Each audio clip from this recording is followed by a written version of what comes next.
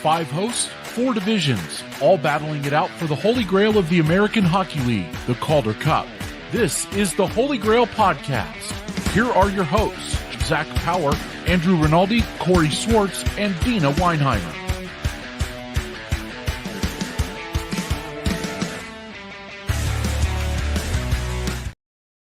It's Game 7 for all the marbles. Hi, everybody. Zach Power here alongside with Andrew Rinaldi, back with you for the final time of hockey in play for this 2022-23 season. It's kind of crazy to think about starting all the way back in October, what a tumultuous season it has been through everything, including, you have to think, the Firebirds started this season without a home.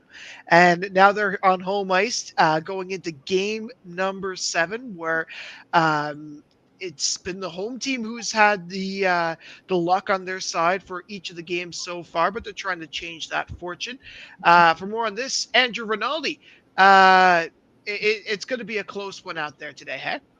Yeah, I mean, it's the equivalent of the Super Bowl, essentially. One game for everything. And I kind of spoke about it in our little pre-show that I think you're both teams probably going to come out a little tentative to start here. No one's going to take any big risks. You don't win a game. You can lose a game in the first period, but you don't win a game in the first period. So I think a team like Hershey on the road is exactly what they want to hear. They want to slow this game down. They don't want that Coachella snowball turning into an avalanche.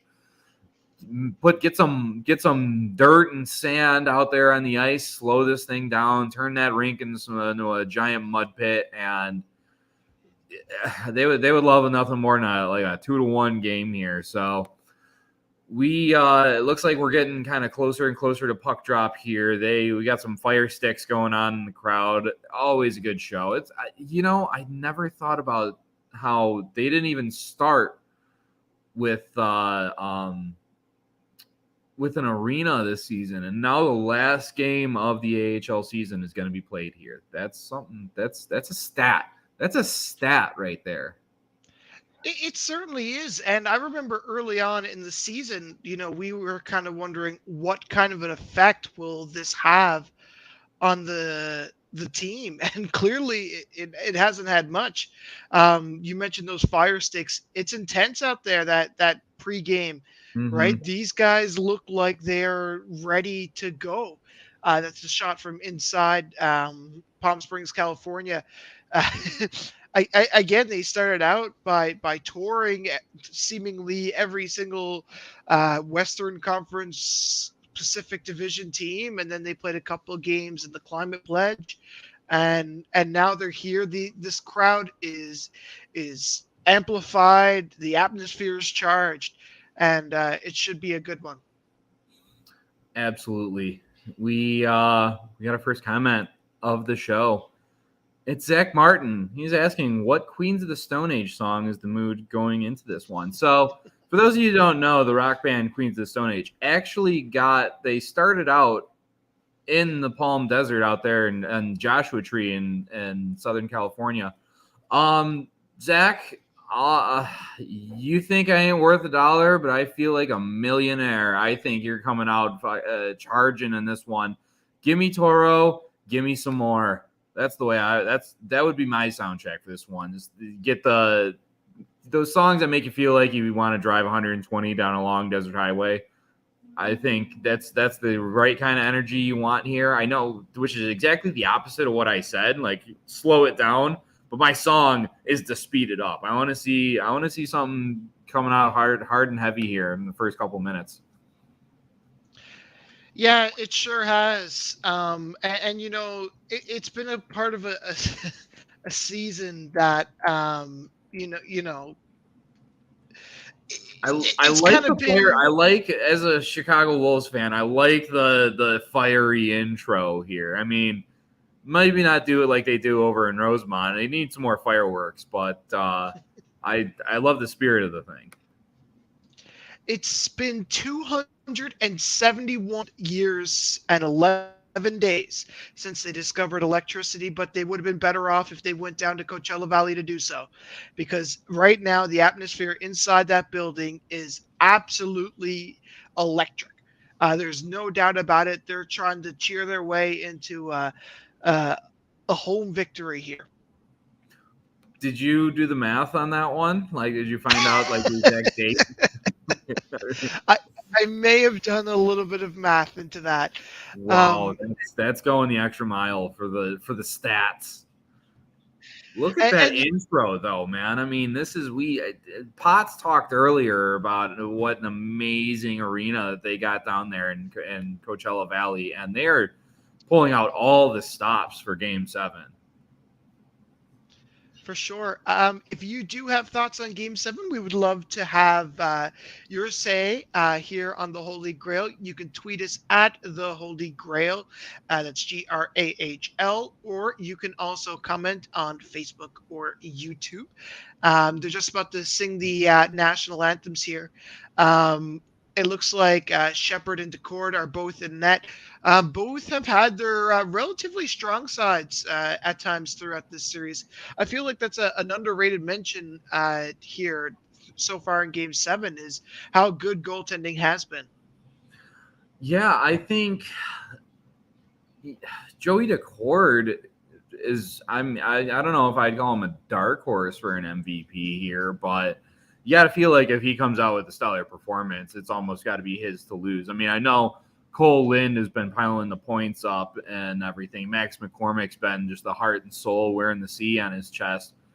But I mean, if you look at the other way at Hunter Shepard, I mean, I talked earlier for Hershey that they don't have giant point totals for their scorers, and they just been able to get done. I believe Logan Day is still leading their team in points, and he's a defenseman who has about as many goals in this postseason as he had all season, if not more. So you bring up a really good point. If you look at the top scorers for the Firebirds versus the Bears, Cole Lynn leads the way for the Firebirds, 9 goals, 21 assists, 30 points.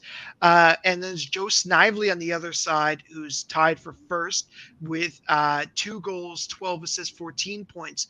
So there's about a 16-point difference. And obviously the Firebirds have played a few more games in these playoffs, but that doesn't mean that it's not as close, right? So it's going to be a tough one for sure.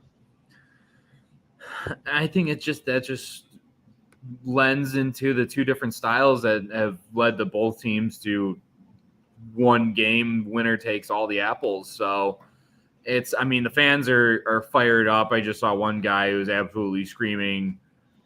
I see another. I love Coachella's sign game. The creativity from these fans on some of these posters has been unbelievable. I just saw one with s'mores on it, and they're talking about grilling the Hershey, and I was like, dude, this 10 out of 10. I told you there's a craft convention at the Marriott. I will stand by that. It's amazing some of these signs and posters that they have going. I just don't get it. I don't. I've never seen anything like it. I love it. The puck is down. I love the tweet from the American Hockey League. Desert versus dessert. And we already have our first offsides. It's great. 7 seconds in. Refs came to bring their A game. Let's see if the players do as well. And you have to think, too, that, this is a series that I don't want to say could be decided from one poor play, but, you got to be on your feet if you're a referee for game number 7, because there's a lot riding on this, right? This, of course, has a lot of eyeballs on both the American Hockey League side, and there's a lot of pressure for any kind of game 7. It's going to be one of those games. Yep. And all right, I see that AHL TVs they seem to think that it's still 1953 of the first, but we're well past 7 seconds in the action in this one, and I feel like Hershey's trying to get the legs moving. but it still kind of feels tentative. A little bit of a gnarly play there from Joey Decord reaching back behind his net to cover that puck, but you also kind of also feeling the intensity a little bit here. Like already we got some little bit of pushing and shoving after the whistle, and the legs are moving. I feel like Hershey wants to get on top of this one early, which was their game plan in Game 6. They just couldn't stay out of the box, and ultimately, Todd Nelson said after the game, special teams what really kind of killed them. It's just one goal on the power play for Coachella, and that just sprung a leak in the Bears defense. So see if they can get off to a bit of a better start here. Looks like they're kind of hemming the Firebirds in their own zone, though. That's going to be a big part of it too. Is how exactly can you shut down the Firebirds before they get going, right? We've seen earlier on in this series how critical this team can be when they have the opportunity. I've always maintained, watching the way that Ryan Warsofsky's teams would, the best way to play defense is to keep the puck in the offensive zone. They can't score from 200 feet away. You can always talk about your collapsing systems and everything, but if you have the puck, and you hold the puck, and you possess the puck, how is the other team going to score? There's only one puck there. It's not. I've seen crazy mini games and NHL hits and everything where there's multiple pucks, but there's only one. So if Hershey can, their best way of shutting down Coachella's attack is to kind of keep up their own pressure and keep their forecheck in, keep that defense turned around and look into the boards instead of looking up ice. I feel like that's the best way to kind of keep them quiet here, because if you don't you don't get the puck out like they did there, extended zone time is going to kill you with this team. Yeah, and that's a really good point. Is there's some real nice moments in Game 6 where the Firebirds really had some great zone time, and I would have to think that there has to be some sort of a push to be able to simply stop that, right? Mm-hmm. Like they need to make sure that they're not giving the Firebirds any opportunity to get set up in the zone. I can just imagine how Corey's feeling as he watches this game. I know that he had a little bit of a superstition going, that he was afraid to go back to the Giants Center because it's proven a little bit unlucky to watch a hockey game there. So whatever works, I guess. Well, I guess it's lucky when they're actually skating on the ice, but it's unlucky whenever. I'm all about the superstitions and all the like that, but I don't know if I'd go like, oh, he can't go to the Giant Center because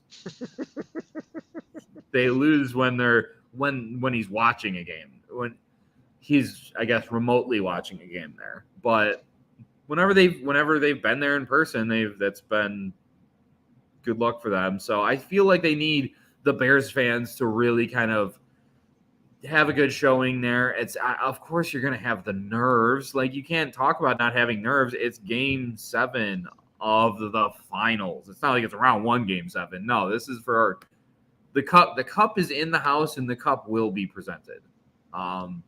So yeah, you just got to kind of.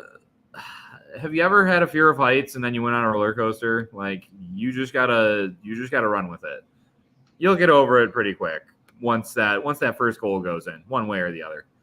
But and that first goal probably has a lot to do with how the rest of the game could go. I mean, Corey kind of mentioned it a little bit earlier too, in the last game, of how critical that can be, right? Of, you get out there, you get on the board early, and then you try to go from there. And it didn't prove to be successful last game, but I would have to suspect that there has to be some sort of momentum that you can get from that.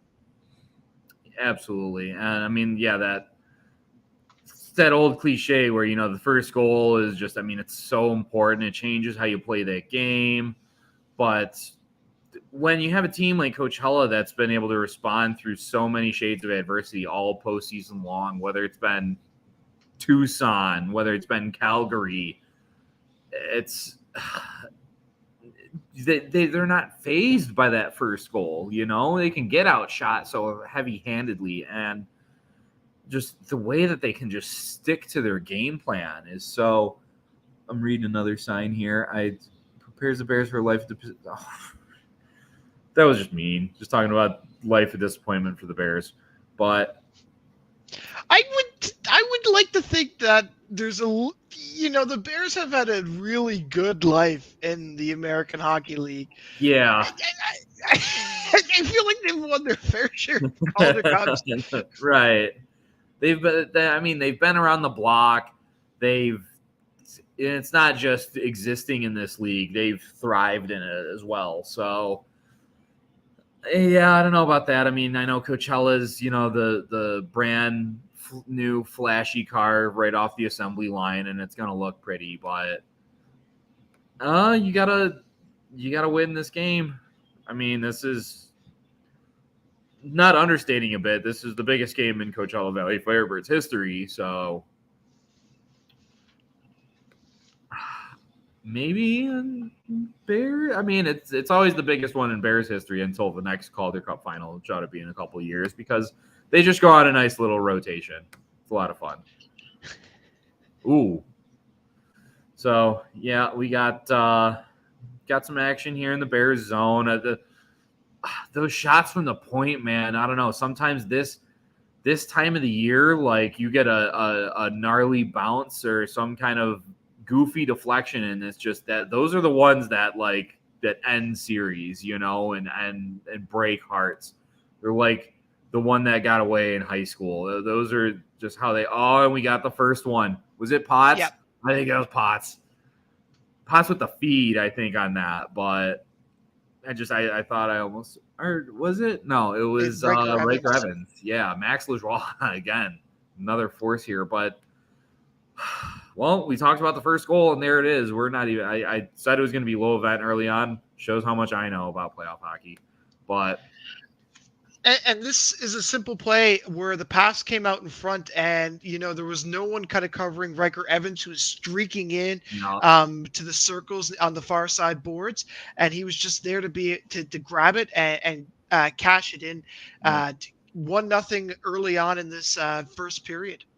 4 Bears kind of all blow the hash marks, and Riker Evans just kind of snuck right in. He really did.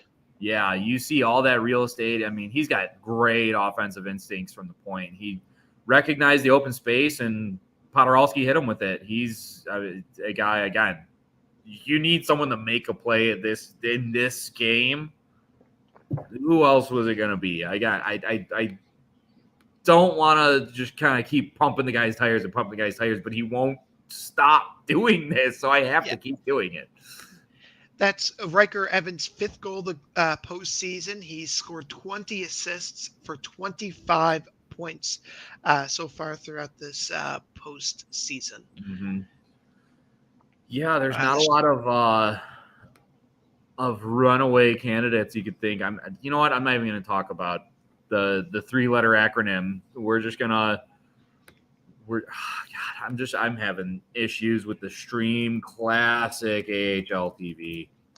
Yeah, I've had some similar issues myself, and it actually completely signed me out and said, no, you're just kind of out of luck. And I was like, okay, I'll make a new account. I don't care. I kind of just want to watch this game here tonight. I can't I'm failing to retrieve data even on here. I feel like, it's the biggest stage that they were going to have some issues. When I can't get a Wolves game going sometimes, now you had all of the eyes. There's no hockey. ECHL, done. NHL, done. CHL, done. This is the only hockey that's going to be going on until September.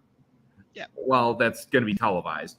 So unless you want to watch, I can pull up some Live Barn highlights from my Wednesday night D League if you really want, but otherwise, this is it. So biggest stage, we've talked at length about kind of the infrastructure of this league. It is what it is. And this is just smashing that refresh button and hoping we can break through on to the other side. I need some Doors playing right now or something, man. And a good reminder too, if you're also having some of those similar issues, the game is live on the NHL Network. NBC Sports Washington has also picked up the game. Fox 43 in Hershey, as well as some other outlets in California. Both teams also have their radio network as well, that you can also listen to the audio of the hockey game as well. We kind of talked about it a little bit off air as they're kind of doing a quick little scrape of the ice. For even a broadcaster in this kind of stage, you'd have to think like this is such an opportunity to be able to. Oh my God, they're playing Willy Wonka on the feed as almost like a mockery of the Hershey Bears. Oh my God. Are they playing the song or like the land of pure imagination? Please don't record my singing. I wish I could tell you. It's I wish obviously I a could tell you different because audio my stream. screen's still black screen, but I had the same issue. I really did. I'm watching it on my phone now because of it. That's actually a great idea. Zach, you are full of great ideas. I don't know whose idea it was to kind of. If we start getting push notifications from what's his name about the money owed, I'll just start losing it at this point. Stuart Zimmel. Well, we always bring out a birthday candle at the beginning of the season for him. So. Coming up on his birthday. Just sharing the same thing that my laptop's getting. Just a straight up black screen. So, you know what?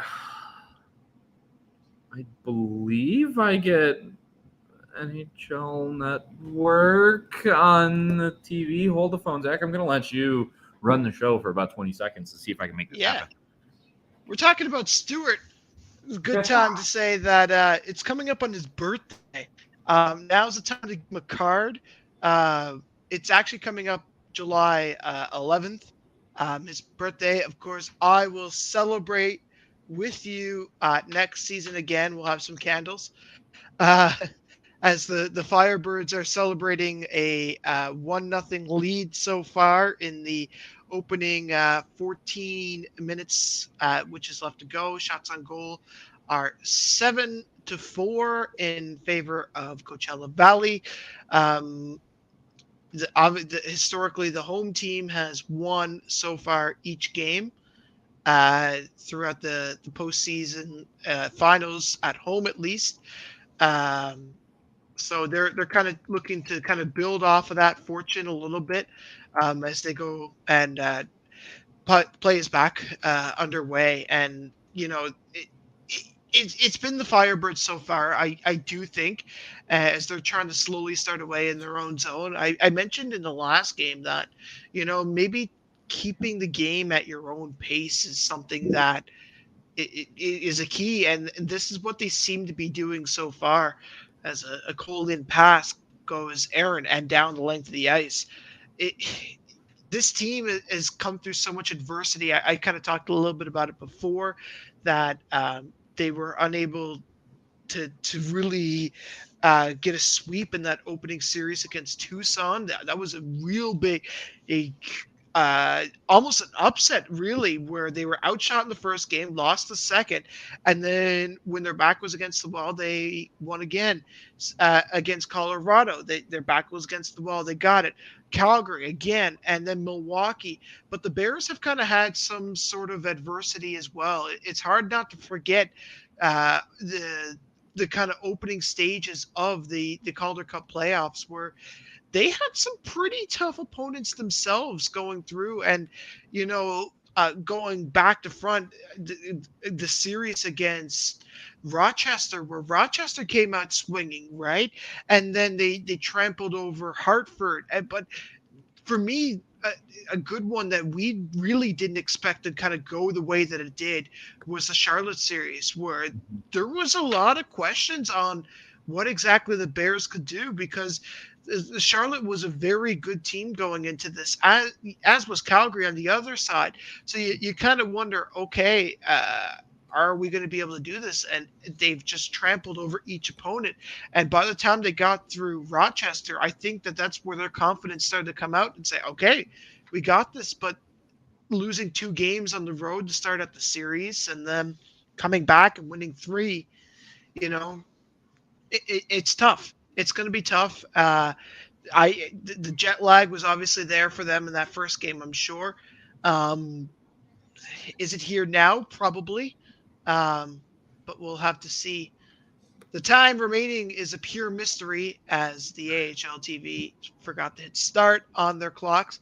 Funny thing about those, a lot of those are actually synced up via the internet, believe it or not. Coming out of the it's true. Makes sense. They Nothing else in the internet's working for them, so why not the clock too? There's actually an internet cable or some sort of cable that feeds directly into the score clock, and that usually goes back to broadcasters, and it goes back to wherever it needs to go from there. As looks like we got a stoppage in play here with just over 11 minutes left to go. I can't get it on my phone. I can't get it on my computer. This is tough. Yeah, Is now a good time to do like one of those searches on Twitter to see if anybody else is having the problem? Oh, I've already. As soon as I go on there, someone quote tweeted the American Hockey League saying, "Watch free on AHL TV," and it's like, and it's unviewable. Yeah. Oh yeah. Oh. Good. Anybody have a stream for the Bears game? I feel like everybody's going to get on the pirate ship now, and it's just going to defeat the purpose of giving everybody free hockey. I mean, right. Are we going to have to pirate the free hockey stream? Is that what's going on here? I feel like, the one time you get off of the pirate ship and it's like, nah, sorry, bud. It is what it is at this point. I'm just going to follow along with, I'm going to trust I'm going to take your word for it, because you might be the only man on the internet that is actually watching this game. I don't know, and I live in like a little concrete bunker, up in Canada, and like I usually have terrible internet issues, so I thought it was just me. That's fantastic. That it's 11:30 on the east coast of the continent. And my man's out here with a radio antenna on the corner of Newfoundland, streaming the AHL TV, the only one. Oh, I love it. Right now, the play has shifted over to the Bear zone, where they seem to have some really good setup in their own zone. But that it'll come around the boards, and simply the Firebirds will come back the other way, which I think has been a little bit of a testament so far. Is 2 really good shots by the Firebirds get steered aside by Hunter Shepard so far. Again, if you want to join the conversation, you can do so at the Holy Grail, or as well, you could comment on Facebook or YouTube, as the puck is started away in their own zone for Coachella Valley, and they're going to come down and clear it in behind the net. Cole Lind is onto the puck there. He's been pretty good so far this series, where he's had his fair share of points to date. Leading scorer for them, 9 goals, 21 assists so far. It seems like every time the Bears get it out, the Firebirds are there. They just did it again, and and now the Firebirds have it in the neutral zone again. It's one of those things where it's going to be some back and forth. Shots on goal so far, 10-4 in favor of the Firebirds. How are those shots looking, Zach? You're the only one who can actually look. Apparently they're 10-4, but I feel like I don't trust the score clock after it fails to refuse. Yeah, you're going to be the official scorekeeper for the league at this point. Just you can tally it all down. We'll make it happen. It's the AHL has seemed to have tweeted, but again, I'm in a concrete bunker, so I can't load it very quickly. Don't worry, I can load the game. We are aware of technical difficulties facing AHL TV. Our team is working to get it up and running. We'll give you an update when it becomes available. Stay updated on NHL Network.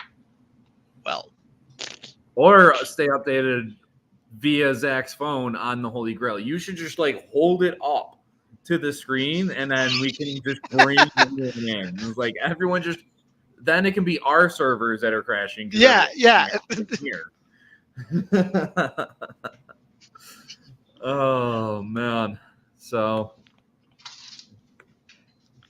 Of course, it's as we mentioned before, it's also on NBC Sports Washington, as well as Fox 43 locally in Hershey, if you're down that area.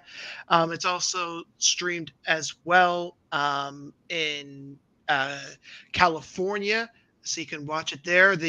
Both teams have a radio feed that's available. You can check that out on their respective websites, as I'm sure that you guys have been doing all season long. Phone won't turn around. Wait, I just want to watch this on my computer. I just really want to watch do. it, period.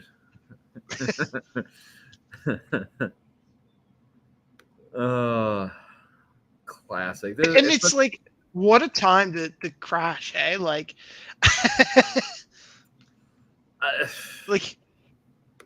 Yeah, we probably should have expected this, right? I don't want to say we probably should have expected, but we probably should have a little bit. The puck is back in play. It's the human error. We're so, you know what? This would be a good life lesson, everyone. We're so used to such instant gratification on the internet. What happens when the internet goes away for a minute? Everyone collectively loses their minds. So it's good. Listen to the zen of Zach and I giving you the play-by-play of Zach being, again, the only person in North America who has the phone. Maybe there's one other guy who's streaming this off in Russia or something, and he can watch it. But other than that, this is it. This is as close to the action that you're gonna get. So hockeystreams.ussr also has a free stream available. Yeah, until the pop-up comes up of Putin. Anna wants to meet you today.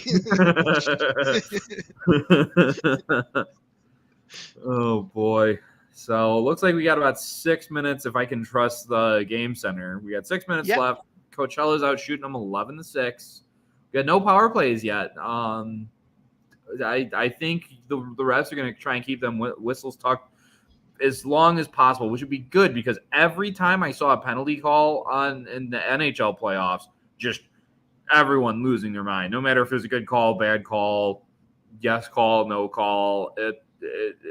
Fans collectively lost their minds about that. So maybe if the refs are just well, we'll just not call anything. And it's kind of the vibe of the playoffs, though, to begin with, right? It's the time of the year where you can cross-check a man into the fourth row and only get a 2-minute penalty for it, maybe.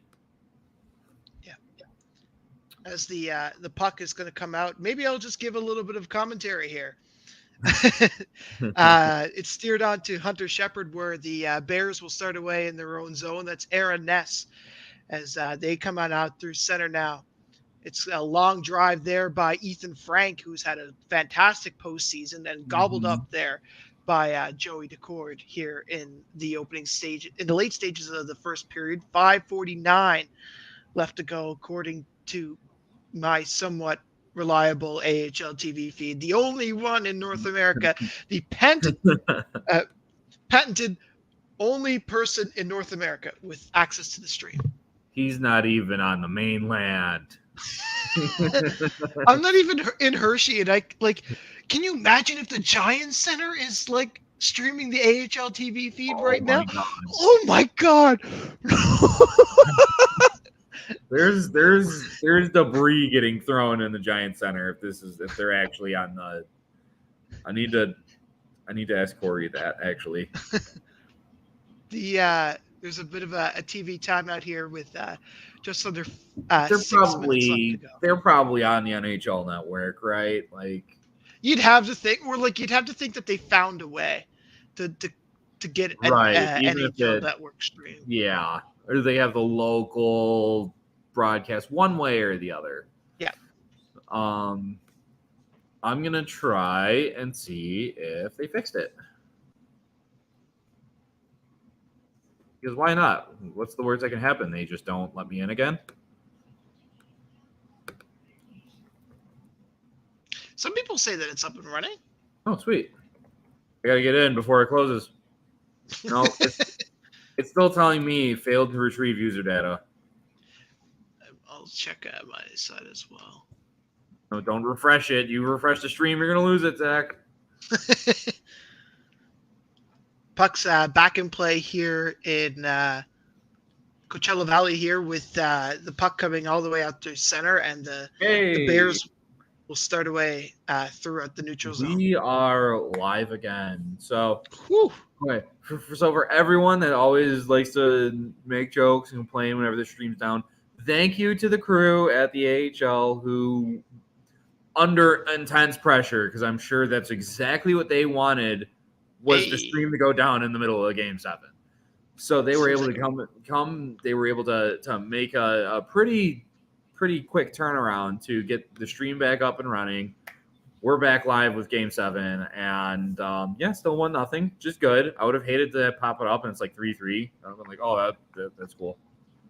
Like, it's the most exciting 10 minutes of AHL ever, but so far I'm seeing a lot of red glowing sticks in the crowd. 12-8 in shots for Coachella Valley.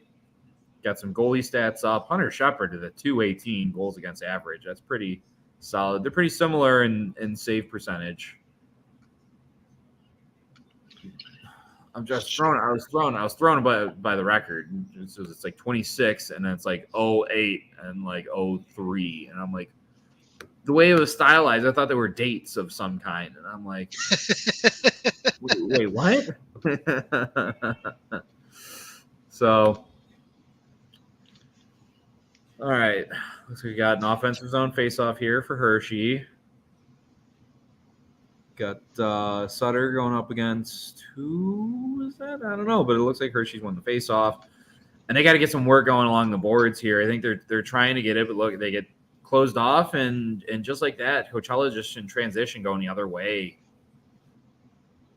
Face-off in there. See, low event hockey. I think that's if you're up in this game, that's kind of what you want. You don't want to go running and gunning in this kind of situation. No, and that's for sure. Just take what you have and stick with it. A good stat too. Andrew Podorowski also got an assist on that Riker Evans goal as well. So he adds to his tally sheet. I know he did yesterday. It's been quite the postseason for him. Yeah, I mean, coming back off that injury in the Calgary series to score the winner in that decisive overtime, and the journey that this guy had just to get back on the ice of all things. Obviously, we had the chat with him here on this very podcast, but it's still just it's difficult to wrap the mind around. I've followed him on Instagram and seeing him going through like the cryotherapy and everything. It's just to make it back for this run specifically. And the mental game of sitting out for all those months and trying to keep yourself involved with the boys and everything, and keeping yourself tuned into your own game. It's a battle, man, that only the best can really kind of come back from and be the same kind of player, especially in such a short turnaround. I got nothing but respect for the kind of warrior that he was to battle through all that and to be where he's at right now, man. He personifies exactly the kind of spirit that you need to win this kind of game. So you got to feel like Coachella's got to feel pretty confident having a guy like him in their corner.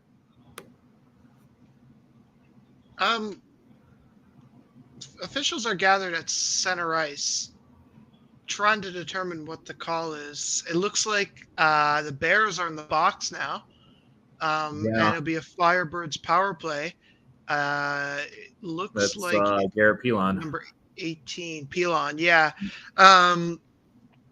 So this is an opportunity for the Firebirds power play to go to work. Of course, their power play so far this postseason has been running at about 20%, about 21% at home. Yeah, the penalty killing for the Bears, it's about 80.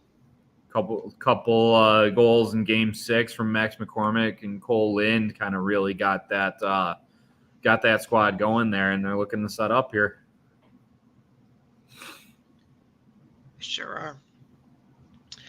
Some great pressure so far, and some great keeps, but the Bears got it out.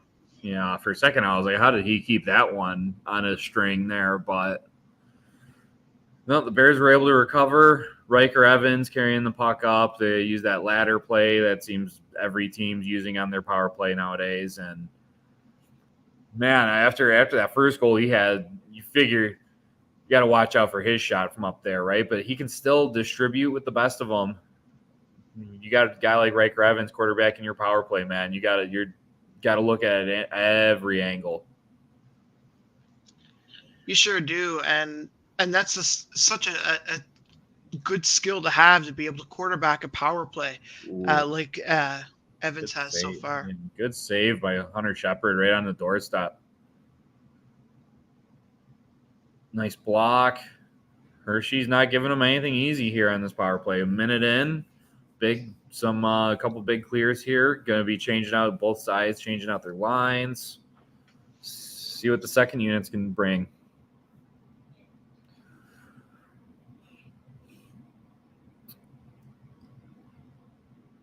There we go. I feel like Hershey's just not disrupting enough to at the blue line. They're kind of just letting them get right in and get set up. I feel like you got to have someone.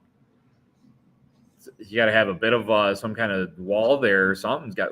There's a window for sure, but I feel like they're kind of taking their chances, letting Coachella just easy exits into the zone. But it looks like they're gonna escape this one with a good kill. Yeah, it was a pretty good kill, but I also do think that there's a lot of great looks on that power play. An icing on that? I mean, I know he kind of just got out of. I know he kind of just got out of the box, but still, I don't know if you can call it. It's just in the spirit of the game. You're gonna call an icing on that one? What I'm gonna do live on the air, I'm gonna text Corey and see if he can give us a little wellness check. Yeah, just ask him if he wants to talk about it.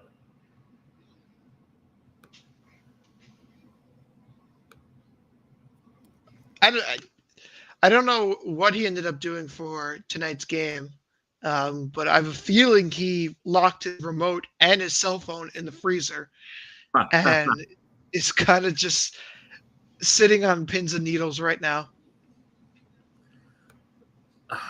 I mean, I can't imagine the nerves for this one, but that's what you get out of a Game 7.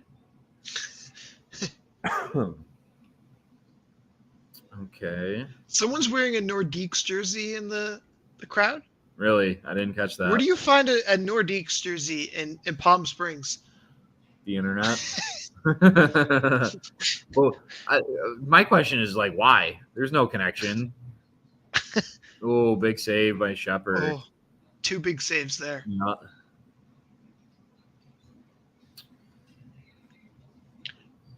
I remember there was a kick, I'd say about 10 years ago now, where people bought out like full sections of like empty arenas in like New Jersey and Ottawa and Oh whatever, yeah. and just like brought in all these like Nordiques jerseys trying to drum up something for them. Yeah.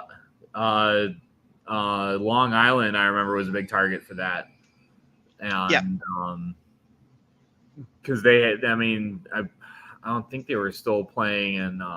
Maybe they were still playing in their OG arena, and it's just, they were long overdue. This was before they have their new state of the art one, and some relocation rumors were swirling around them. So you'd see, not a ton of fan support. This was like during the Rick DiPietro 25-year contract days, and you'd have an entire section of Nordiques fans that would travel just to kind of give their support here. Another shot here on Decord. I don't know about you. I feel like Hershey hasn't really gotten any grade A chances. I've been seeing a lot of these shots from the outside that they're just not challenging a guy like Decord.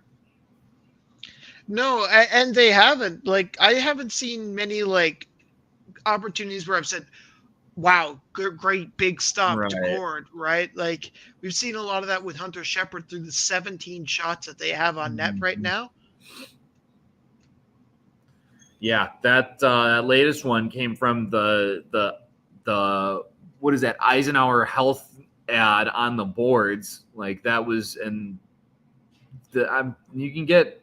I know I said a lot about putting pucks on net and getting the quality of shots, but these coming in, flying off the wing, and just throwing it on. I get having an offensive zone face-off and all that, but Hershey hasn't been winning a lot of these board battles. They haven't been getting into Cord's face. It's very on Hershey-like for their game. Fire danger very high, like the Smokey the Bear sign. Like, see what I'm talking about? The sign game in Coachella is just next level. Anytime I get a Smokey the Bear reference, I mean, I don't get where this all came from. At what point did they say, yeah, this is going to be the sign capital of the American Hockey League? I don't know who made the decision, but I'm all for it. 5 seconds left. Turnover. Ooh. Hershey got away with one right there. Wow. Could you imagine if that had ended up in the back of the net? 5 seconds left in the period, just back-breaking 2-0 goal, but so it's the end of the first period. I will let me ask you this, and maybe you can ask me the same question. How does Hershey kind of get back into this game? Are they out? No, they're not. I mean, it's 1-goal game. I think you need to you got to change the approach. These shots from the outside aren't they're not doing it for you. You gotta roll the sleeves up, and you gotta get greasy. You gotta get to the front of the net. You gotta find a way to break through and possess. You gotta possess the puck too. I think they're making it way too easy for Coachella to turn around and transition, and they're not challenging them at the blue line. And I think you got to start with that, and then the offense will kind of roll in through that. But I mean, right now the Firebirds are kind of having their way with the pace of this game, I feel. They certainly are, and for me, it all kind of goes into the kind of creating those chances in the offensive zone. They haven't had an opportunity to kind of get some quality shots throughout the game.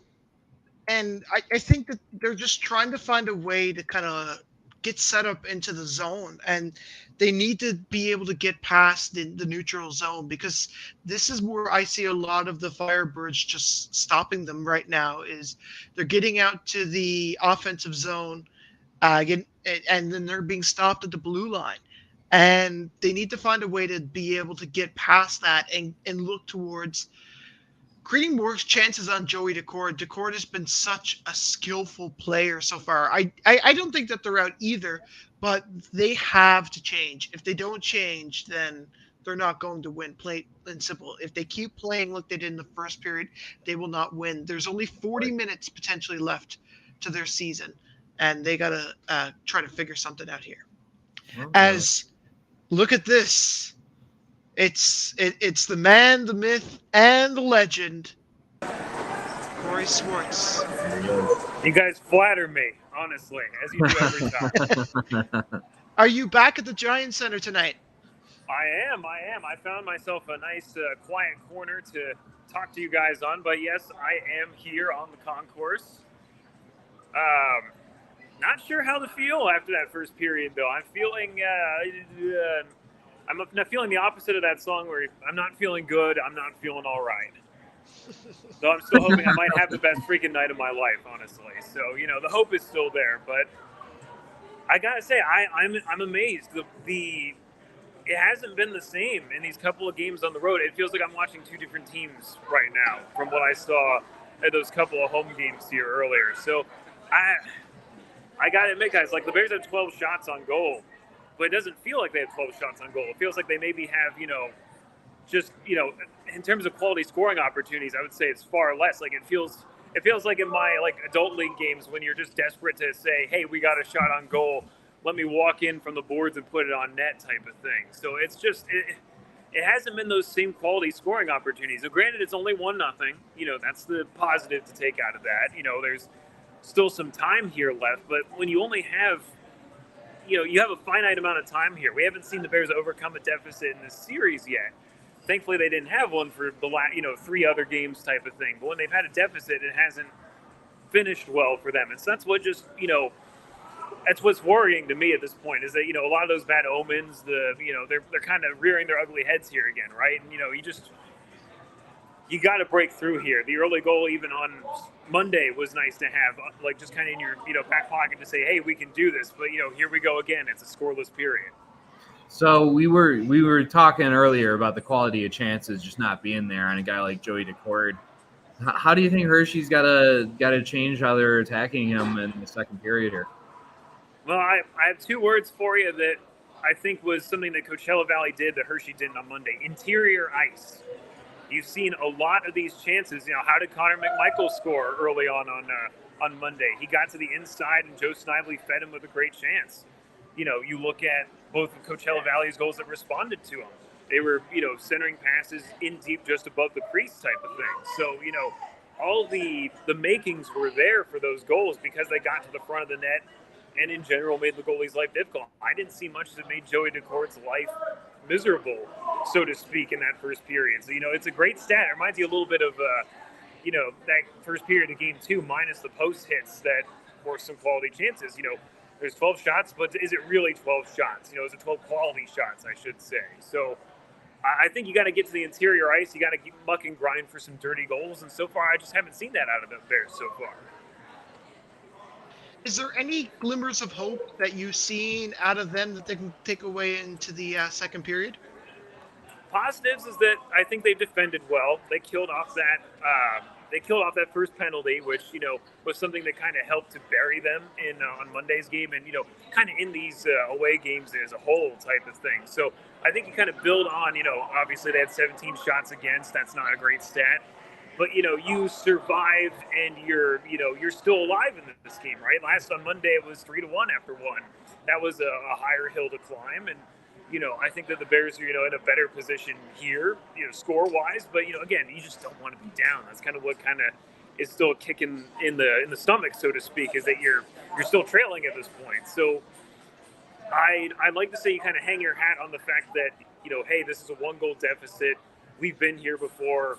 You think back to the Hartford series, right? They were in that clinching game in Game 3. They were down 1-0. They allowed the first goal, and they came back with some smart goals and some smart shots. But you just got to hope that that's going to be the right matrix to kind of get back into it. And you got to elevate your offensive game a little bit. The Bears have much more to give in that respect. They looked a little tentative, trying to find the perfect pass, the perfect look, I think at some point you got to go for broke here, and they haven't done that in this series. But at some point, you just got to throw it to the wall and hope it sticks at some point. Well, yeah. What are you expecting here? Nice. seems like Bears fans are still kind of keeping the spirits up. I mean, it's Game 7. You really have no other option. Yeah, you're hearing those wonderful horns that people still bring to these games for some reason. If you're sitting in front of them during a game, let me tell you, you're not going to have a good time, guys. I'm going to tell you that much. It's not a good time. Now, if they point them up above you, it's not so bad. But if they're not, right, you might as well be taking a walk and hanging out somewhere else. Honestly, so it's just one of those things. We were having some connection issues. In fact, the entire internet was having issues with the streams. Were they good in the Giant Center? Because I feel like if they just dropped connection, you couldn't watch that game. There was going to be a riot going on there in Hershey. There's been some stuttering issues so far. I'm not sure whose fault that's on. It seems to be more of like a TV feed type of thing rather than, anything wrong with anybody in particular type of thing. So there's been a couple of times where it's cut to just the team's logos and stuff like that. We had a couple of small issues at different points there, and I kind of said to myself, I said, "Ooh, if they cut away from this, man." But I give these guys a lot of credit. It's almost 11 o'clock on a Wednesday, and the first day of summer in June, and these guys did the full production for this thing. They were synced to basically how the game clock was. They were playing the warm-up playlist. They had somebody record themselves to sing the national anthem for us, and all those kinds of things. It's been a full game day production minus the teams on the ice there. So I give a lot of props to Giant Center for putting on this kind of show with, I'm sure, limited personnel that they have. Final thoughts heading into the second period before we let you go, Corey. Let's get a goal here, man. I'm sick of talking about it. I'm sick of worrying about it. I'm sick of thinking about it. Somebody's just got to get into the middle of the ice, a chance in the slot, what have you. I want to see the defense get more active in terms of getting pucks on goal to to Joey Decord. We saw so many times, across, Game 3, Game 4, where the Bears were able to, find those perfect shots and those lanes, those opportunities. The muck and grind goals, it's not really a part of the team's DNA. The Bears usually try to construct their plays to be lethal and surgical, more so than, float to the net and hope there's traffic or, something kind of hokey like that. So, they really just got to work on generating those kinds of shots a little bit more. And it's going to go in. This team's too good to be kept off the board for much longer than this. So I'm expecting them to come out with renewed energy in the second period. For sure. Corey, have fun. I hope the atmosphere is just as charged in Hershey as it is in Coachella Valley. And hopefully we'll be talking to you again soon. Sounds good. Yeah, looking forward to it. I hope I have something better to talk about with you guys next time. So we'll see what happens. Again, I will be sad if this tour were to hold. I'd be sad, but so many great memories from this run, man. The fact that I'm here wearing a Bears jersey in the Giant Center on June 21st, I'm a pretty lucky guy regardless. So I will be, I'll hang on to these memories for the rest of my life. That's for sure. For sure. Corey Swartz from the Giant Center in Hershey. Thank you so much. I want to get now to some other happenings that are going on here in the AHL. But first, a quick comment from YouTube. Racist Fan Rocks has a good one. And maybe Andrew would be best to answer this one. How does Andrew P. not get a good look in the NHL? Oh, from the president of the hashtag Justice for Pots committee. I wish I could give you an actual tangible answer for this. Yeah, read the banner, folks. But for me, the way I look at it is it's a thing of that two qualities that scouts will just immediately dismiss a player on, no matter how productive they are. Number one, Podorowski has improved his skating, but he is not an elite skater. Good speed, but at the NHL level, if you can't fly, you can't fly, basically.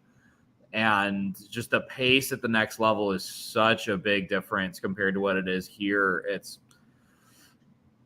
And number two is that people are going to consider him being small because he's not 6'5" and 215-pound center.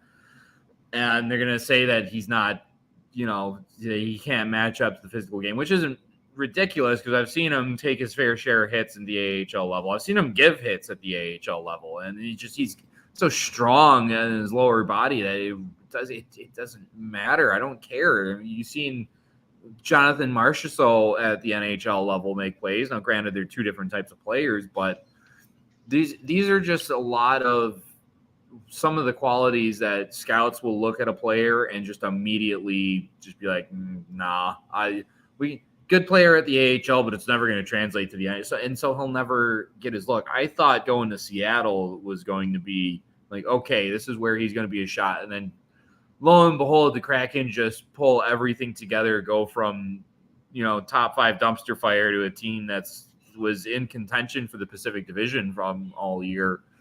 And so Potts never really had his chance to be like, okay, a team that needs a spark, here we go, I'm gonna get my shot. So I've been maintaining that this could be a guy who he might not be a point a game guy the way he's been at the AHL, but surely a guy who can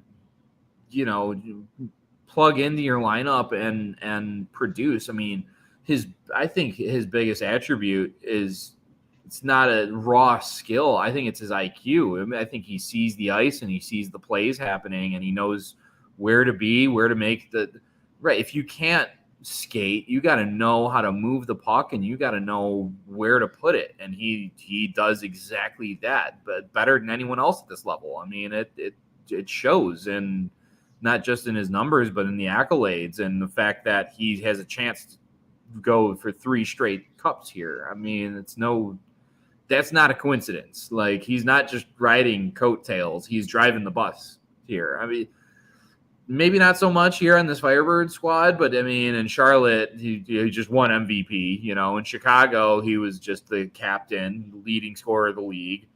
And he was well on his way to having another incredible season before the injury happened. And he's certainly no passenger in this cup run. For sure. All that in mind, if you do want to join the conversation, you can do so by tweeting us at the Holy Grail on Twitter. You can also comment on YouTube or on Facebook. Let's get into some happenings around the American Hockey League with our weekly news recap. And I'll get us going here where the Boston Bruins have re-upped Brandon Bussey to a 1-year, 2-way contract extension. He was a pretty key fixture for the Providence Bruins throughout the 2022-23 season. Where he will end up next season is just about anybody's guess. I wouldn't mind seeing him getting some time in the NHL. We spoke about potentially players that may get an opportunity, and he might be one of them. We got some more signings to talk about here. John Parker Jones has signed a 1-year, 1-way contract with the Laval Rocket for the upcoming 23-24 season. Now, last season, he scored twice through 20 games for Laval, and he's likely to split the season between the Rocket and their ECHL affiliate, which I know, Zach, you can pronounce it really well, but I can't. Trois-Rivières, yeah. I have a French best friend, but I can only speak a couple words of French that I can't really say on this podcast. But while we're on the Rocket, they've also signed forward Riley McKay to a 1-year, 1-way AHL contract. So a couple of depth pieces staying there in the Laval. And while I got the ball rolling here, let's stick to my beat. Chicago Wolves, in their unique situation, have signed a couple of forwards here. Josh Melnick, who was actually a big piece of last year's team in their second half run to going from absolute dumpster fire to almost making the playoffs and probably being the most dangerous wild card team out there. But I digress. Just a point short. Also, they've re-signed forward Nathan Soucis, big penalty killer, big energy guy, Penn State guy. Gotta love the Lion in the show. So we're kind of starting to see where that roster is going and how it's taking shape. And they've already Melnick counts as a veteran, so that counts that's 3 now that Chicago's had, and without any NHL prospects to fill out the rest of the roster. We're gonna see. We're gonna keep developing, keep an eye on them in the summer. It's gonna be interesting to say the least. For sure. 2 more pieces of news before we get back to action from California. Calder Cup winner and Newfoundlander and Labradorian Clark Bishop, had to throw that one in there, has re-upped with the Calgary Flames organization. Last year he tallied 11 goals and 12 assists through 23 games played. 23 points rather, while playing in 64 games. And the St. Louis Blues organization have signed Adam Gaudette through the next season on a 1-year, 2-way contract worth about $775,000. I guess he would kind of report to the Thunderbirds at this point. That's where it would kind of point. For a moment there, I got confused with the affiliation between Chicago, but that's a different story. What happens to the Carolina prospects for next season? Yeah. I wonder if Charlotte's back on the table. Like at all, are they thinking, yeah, well, it worked before, let's just do it again? That bridge was burned so hard in 2020. I don't know. Maybe Carolina sent a "you up" text over to him, but that would be. I mean, I've seen some greasier moves from some greasier exes in my day, but that would be an all-time greasy one for Carolina to have to climb back into that one. I think that they're probably gonna end up loaning a lot of their players out, because just based on Chicago's old coach from last year, Brock Shahan. While we're on the topic of news, he signed with the Notre Dame Fighting Irish, his alma mater, to be an assistant coach there. I would have believed that while he was still tied to Carolina, he might have tried to they might have tried to put him into a coaching position, which would lead me to believe where a lot of their prospects would be going. Let's say, I don't know, Hartford, just to throw a team out there, that he would be maybe behind the bench there as an assistant. You'd see some prospects going up the coast, up in the Hartford, and they'd be playing there. Well, I'll stop you there because we do have a goal.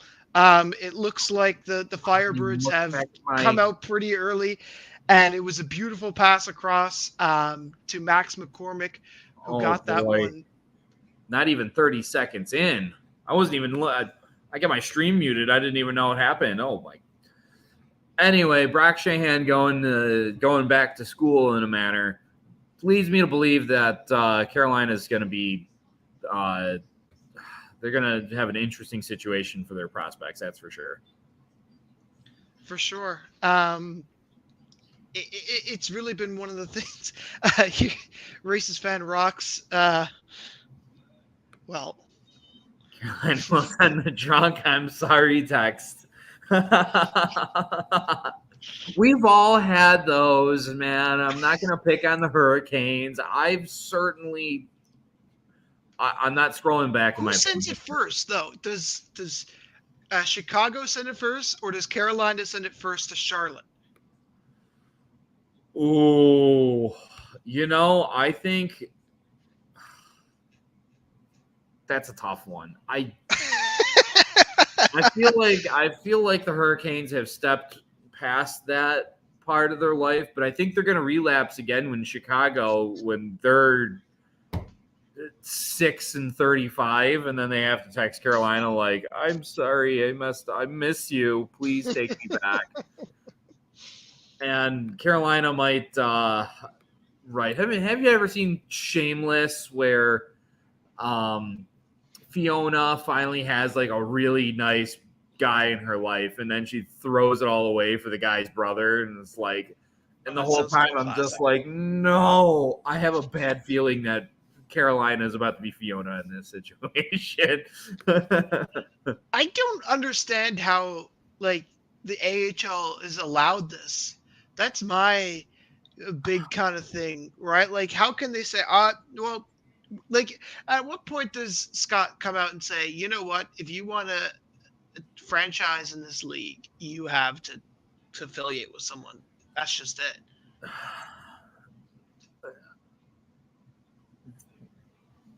I can't answer that. It's got to be only because of the way that the league operated back in like the 90s, right? When teams used to not have affiliates, and it was, I don't want to say commonplace, but it happened. Yeah. So Chicago is able to go in the league's bylaws and be like, oh, hey, look, we did it back then, so we're going to do it now, and you can't stop us. And like the AHL is like, okay, like technically, yes, you can do it. Is it smart? And in the spirit of this league as a developmental league, is it even like why? But here we are again. You know, it's Chicago is just this rogue entity that's out on their own, and I know there are a lot of voices out there that say like, oh, this could be interesting, and they, you know, there's when you have a developmental league, there are a lot of guys out there who are playing for the W's, and they will get the W's in a certain scenario, but I don't see it. I don't see it working out in the same manner. No, we were trying to think of some great examples of like different players who've had different teams who've went independent, and I actually thought of a really good one over the weekend. Don Cherry's Rochester Americans was actually independent, and he said in his movie that he brought in Battleship Kelly during that, and he was just looking for a big tough enforcer. Of course, Don Cherry wanted someone big and strong and will throw you around. That's who he got. But yeah, I just don't see things going well for them. Just like I don't see things going well for Hershey right now, where they haven't been able to get really any good puck possession so far. You know, I do think that the Firebirds kind of came in and poked some air out of the Bears tires for sure. They need to get some air in. They need to inflate. They need to find some momentum here. Mm-hmm. Yeah, Hershey just ices the puck there. Like they're not getting anything going right now. And credit to the Firebirds. I mean, it's hard to get offense going when you're in your own zone for the first 4 minutes of the period. But like you gotta grind through it, man. You gotta battle. You can't. It's not saying that Hershey's not battling or they're not grinding, but you just got to keep it going. You got to find ways to get back into your game and to stick to it. And really it's all about just kind of this entire series, the entire sport is just about facing up to adversity and battling through it. You know, no cup champion ever just coasted. I mean, Chicago is kind of the closest thing I could figure to it. They lost game 1 in the Calder Cup finals, and that was pretty much it after that. But Hershey's just gotta find a way to get back into their game. They gotta stick to it. I mean, Corey talked about how the way they set up chances is with precision and patience. Well, you're not going to get that in this game. I think it's pretty well established that you're going to be lucky to even touch the pucks. And when you do touch it, you got to make something happen. And that includes rolling your sleeves up and getting greasy. I mean, the entire story of Game 6, I thought, was just greasy garbage goals that just happened to go in for one side or the other. Other than that one by this, not Putman, it was Putman to Hughes. That one was pretty. But the rest of them were greasy. And that's kind of playoff hockey. You got to be prepared for it. Every shift counts, you know? And so they got another defensive zone face-off here.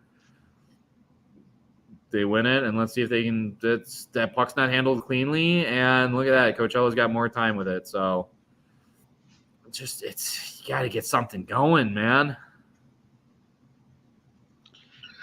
And like the passes aren't really connecting here.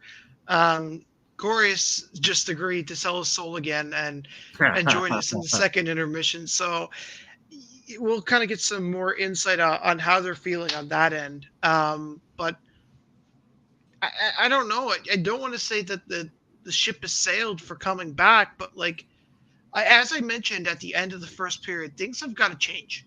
It's got to go back to plain and simple hockey, what they did in Hershey. And Corey made a really good point that this is not the same Hershey Bears squad that we're accustomed to seeing, right? And I do think that it's one of those examples where the Firebirds will be put up to the wall and they'll come back and they'll make sure that they stay up there. And you just gotta... Yeah, I'm not going to count them out yet. I mean, it's a 2-goal game and a winner take all. One bounce, anything can, we saw. I think it wasn't McMichael.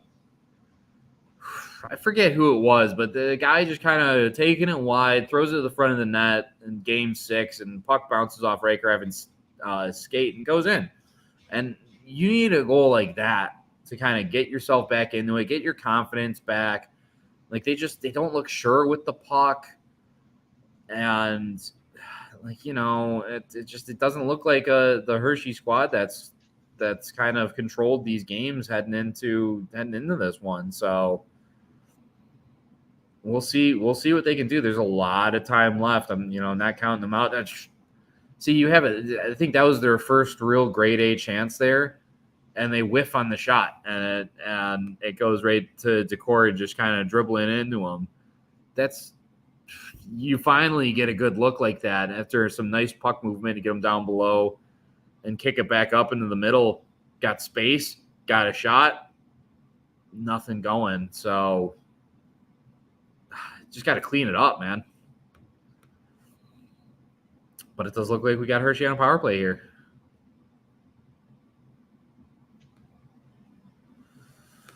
Waiting to see what that call is. What the call was, rather. It looks like it was Jeremy McKenna for slashing there. Just under a minute left to go in that. Yeah. This is an opportunity to come back, right? But again, we're seeing such here we go, shorthanded breakaway. Oh, and a big stop there by Hunter Shepard. Yeah. Wow, he just absolutely shut the door there on Alexander True. Yeah, but see where Coachella had no real just unimpeded zone entries to set their power play up. Nothing like that for Hershey here. They're getting resistance as soon as they get near that blue line, man. And that's been a bit of the difference here. Mm-hmm. Yeah, this has not been a clean power play for the Bears. And look at that, denied again at the blue line. That's it. I mean, right, the best chance on that was Alexander True's shorthanded breakaway going the other way. It's not, and that's it. That's it for the power play. Kind of you don't need to score on that power play, but you needed some chances, and there was nothing there for the Bears. That's as deflating as anything. As you get a power play, and you don't even get to sniff the net around Decord.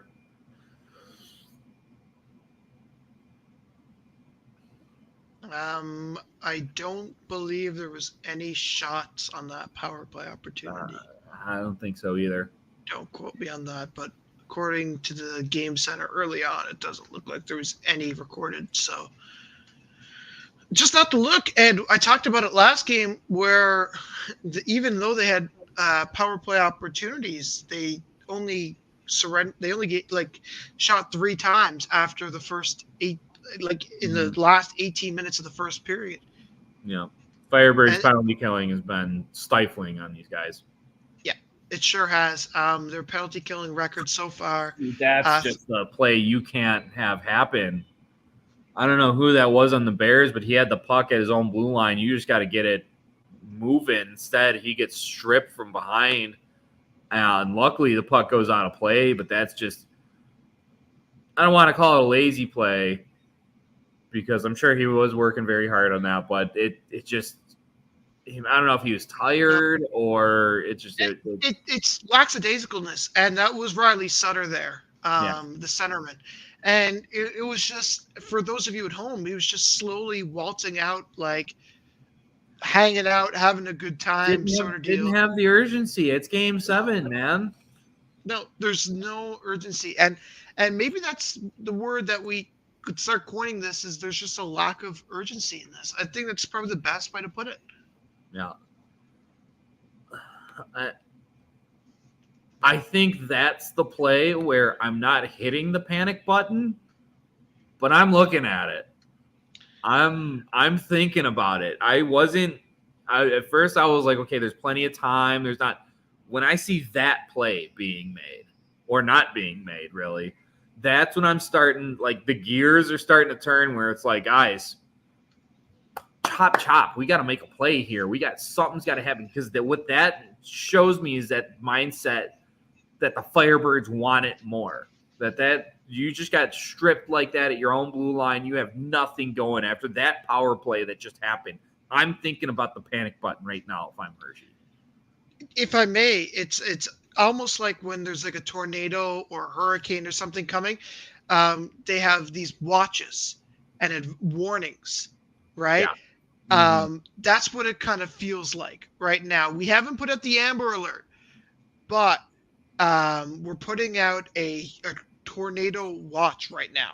Yeah. And you better smarten up and think about packing up your stuff and packing it in to the final 51 minutes left, right? You got to start thinking about this here. Yeah. 31 minutes, rather. 31, yeah. Quick math at 12:22 a.m. What do you think of the play so far, the Bears? You can join the conversation, or you can kind of, I guess it's like an ask me anything about the world of the American Hockey League. We've talked about Podorowski and the Hurricanes and just everything in between. Yeah. So why not? Talking about the worst text that we've made at 2 in the morning. Oh, please don't ask me about that. This is your reminder to get a card for Stuart Zimmel. It's coming up on his birthday. That's in like 2 weeks, man. The 11th of July. Is that it? That's it. It's been 3 years, I think. I always thought it was towards beginning of the season, from what I remember of fire-related injuries. I always did too. It was the 10th of July, 2019. Wow. And quote, since I have no way to contact you, you owe me nearly $6,000, and I would ask you to contact me about payment. And then it says, there is any error with the application. Please uninstall. I love it. Well, I mean, we're now at the halfway point of the game. Coachella's out shooting them 25-15. So if we were to just go like and double it, right? That they're on pace for 50 shots. I think Hershey, it's wake up time, man. Like it's 11:24 over on the. I know you're tired and all that, and the time zone change, but someone's got to. Okay, I like the let's effing go sign. That's interesting. I'm surprised they're able to get past security on that one. Yeah. Even with the sensors applied and everything. But someone's got to get into that Hershey locker room and start getting the espresso machine lit up here, because they kind of – I'm very shocked. How are you sleepwalking through a Game 7?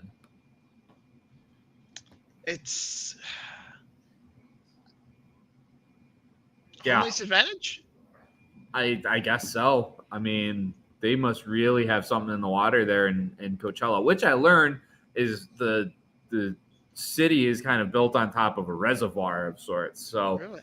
while the rest of the region might be experiencing droughts and everything, in the valley where geography is located, I only learned that because I pointed out the golf course that's right in the backyard as like just some kind of like ho hum funny joke.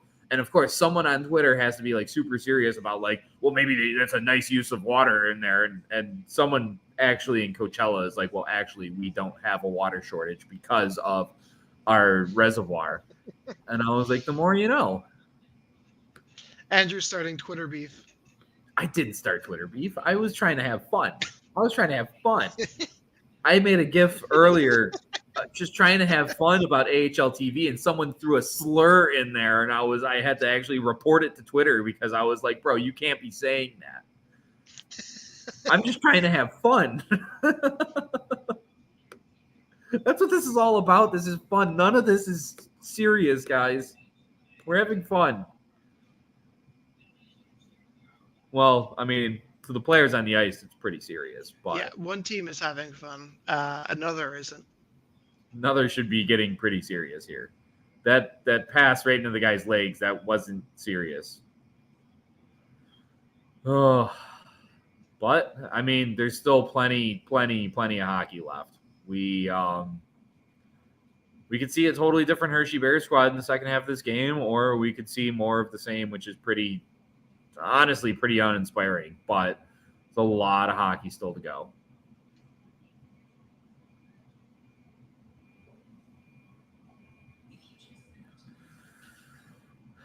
Yeah, we got a Coachella icing. Like, you need to play like that. Get the wheels turning for Hershey. Get something going here. Do something before Hunter Shepard starts to get tired and a couple more get past him, and then you're really behind the 8-ball, man. I don't want to say anything else and jinx anything through, but see, like that. No, like, see, that can't happen. The bounce off the skate to lose possession in the offensive zone. I was just about to say, like, I'm like, it's not pretty, but Hershey's like kind of starting to throw pucks at the net. Like those, I like it. And then they go and throw it all away on, again, just not a clean pass, not a clean catch. Next thing you know, Coachella's on the attack. Is this the Pat Maroon versus Corey Perry of the Calder Cup here? Like with Sam Anas and Andrew Podorowski? Oh, I hope Sam Anas doesn't think of it that way, but it's certainly becoming that, isn't it? We talked about it in the pregame show that it's like Mary and Musa.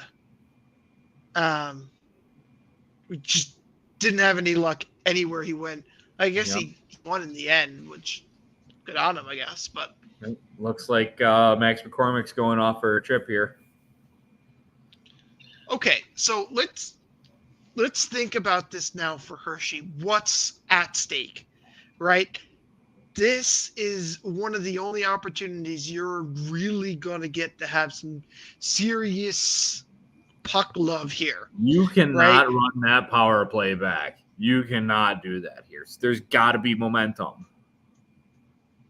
They're you don't have running to out about score. You just got to at least like get Coachella on their heels a little bit. I feel like Coachella hasn't really been pressured at all, whether it's their defense or their goaltending.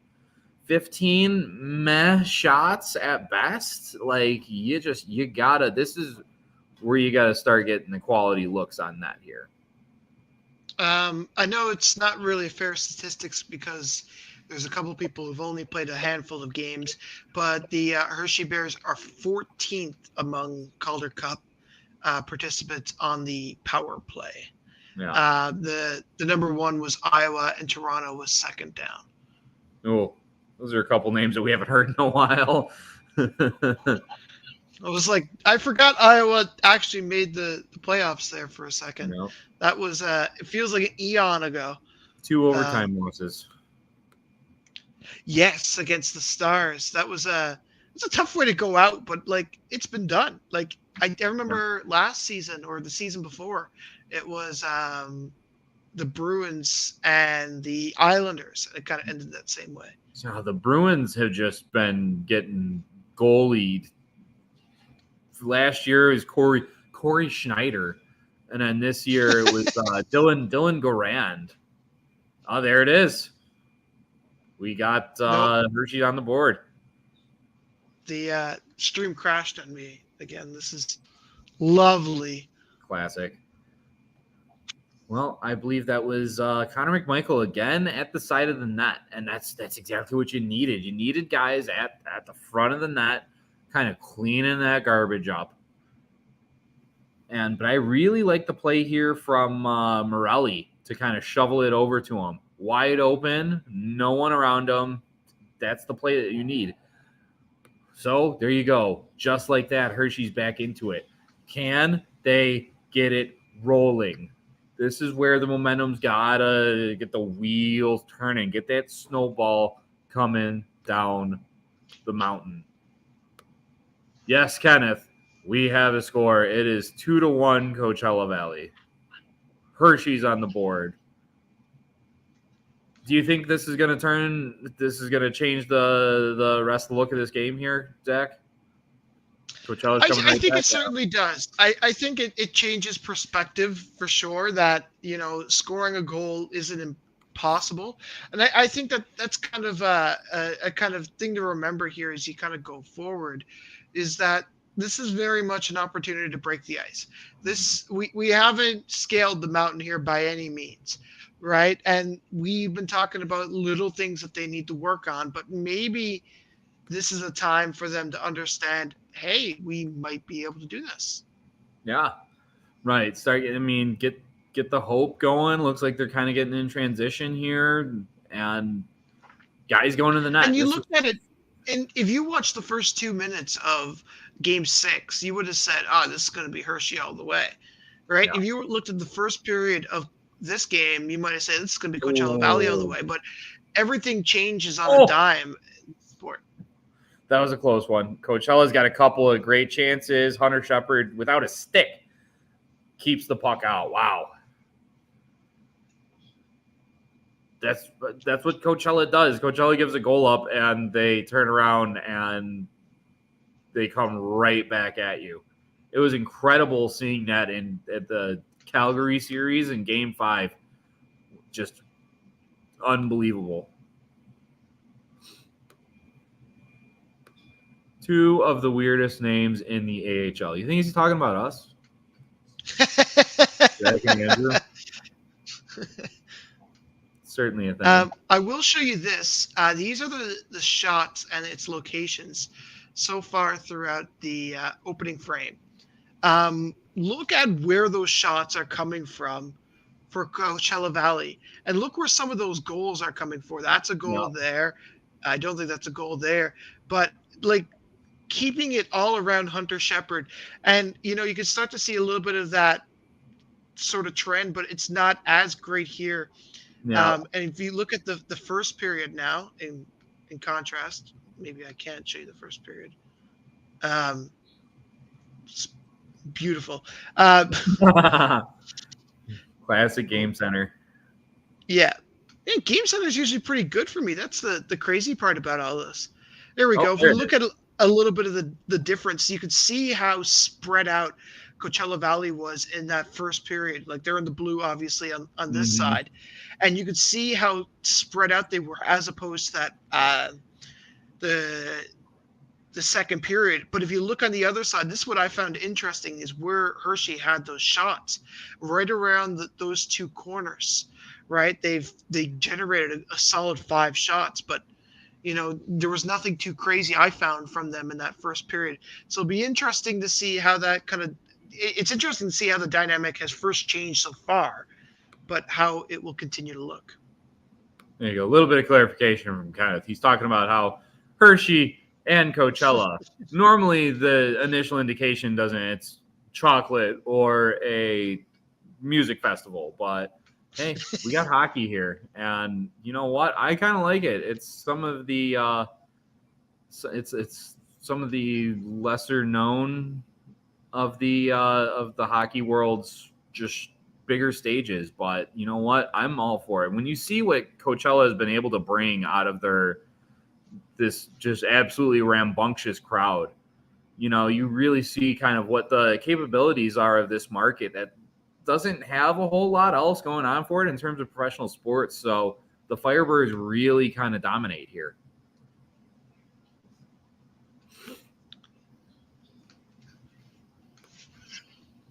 Looks like we're getting back into it after a little bit of timeout. And we are watching the stream on AHL TV. Unfortunately, my YouTube TV does not get NHL Network as I had hoped it had before. So we are hinged on how AHL TV streams it, and which wasn't great early on. But you know what? They seem to have fixed their issues. And again, I will give credit where it's due, and then where it's not due, I'll make memes and laugh about it. But it's all in fun. It's all in fun. I'm having fun. I hope you are too.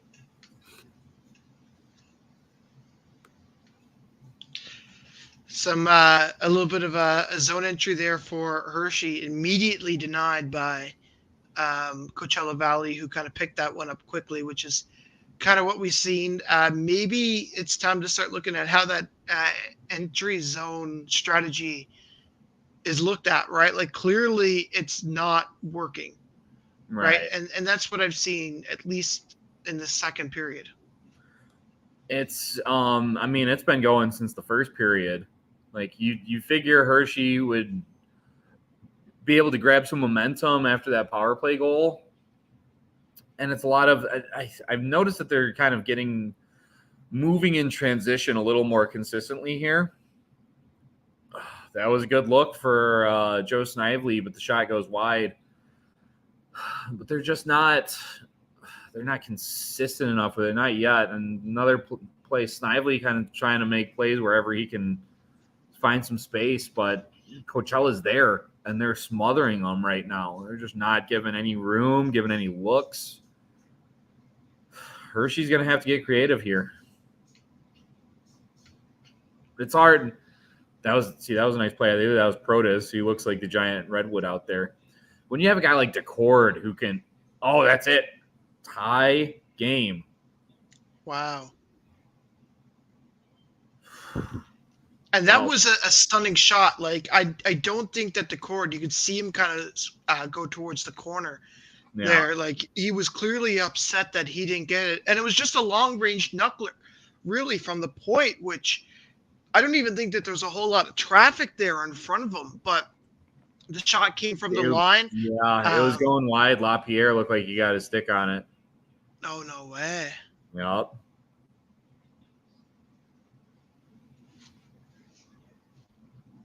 Well, how things have changed. Yep. And now look at that. Coachella seemed to have controlled the pace of this game all the way through, and Hershey, just like that, is right back into it. Oh boy, refs getting steamrolled. Michael scored that first goal, but we'll wait to see on who scored that most recent one. Yeah. Game Center looks like they're giving it to Henrik Lapierre. So yeah, both the Capitals' first round picks making contributions here in the second period. A 2-2 game with under 2 minutes left to go. Yep. Uh-oh. Oh. Again, you see Coachella kind of moving in transition here. Wow, what a block.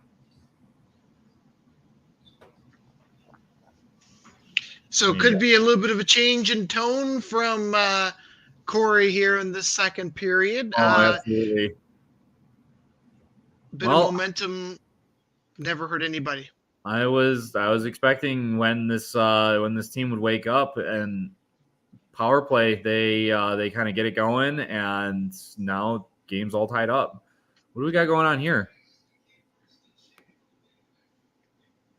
You're gonna have to tell me, man. My stream is down. Oh no.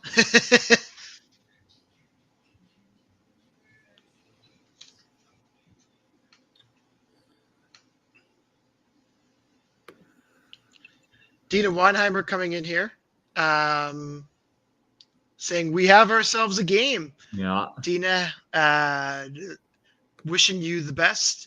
As I know that you've been a little under the weather today. There's definitely something going around. Wow. I love that guy's facial hair. That is awesome. Again, I want to harken back to that goal. Alexi Protas knocking that puck down. I was just about to say it's hard to dump and chase on Decord when he can play the puck as well as he does, and then Protas just hand-eye coordination, knocking that down in order to make that Lapierre goal happen was that can't explain how big enough of a play that was. She's got to get it up. You know what? Maybe it's these little plays, right, that we start to look for in kind of changing momentum, right? We've seen that all it took was one power play opportunity that really set the tone, saying, hey, we can score. We know how to do it. And one tip, one bad bounce, and that's all it takes. Yep. Hershey, they got themselves a game. They fought for it, and now they have it.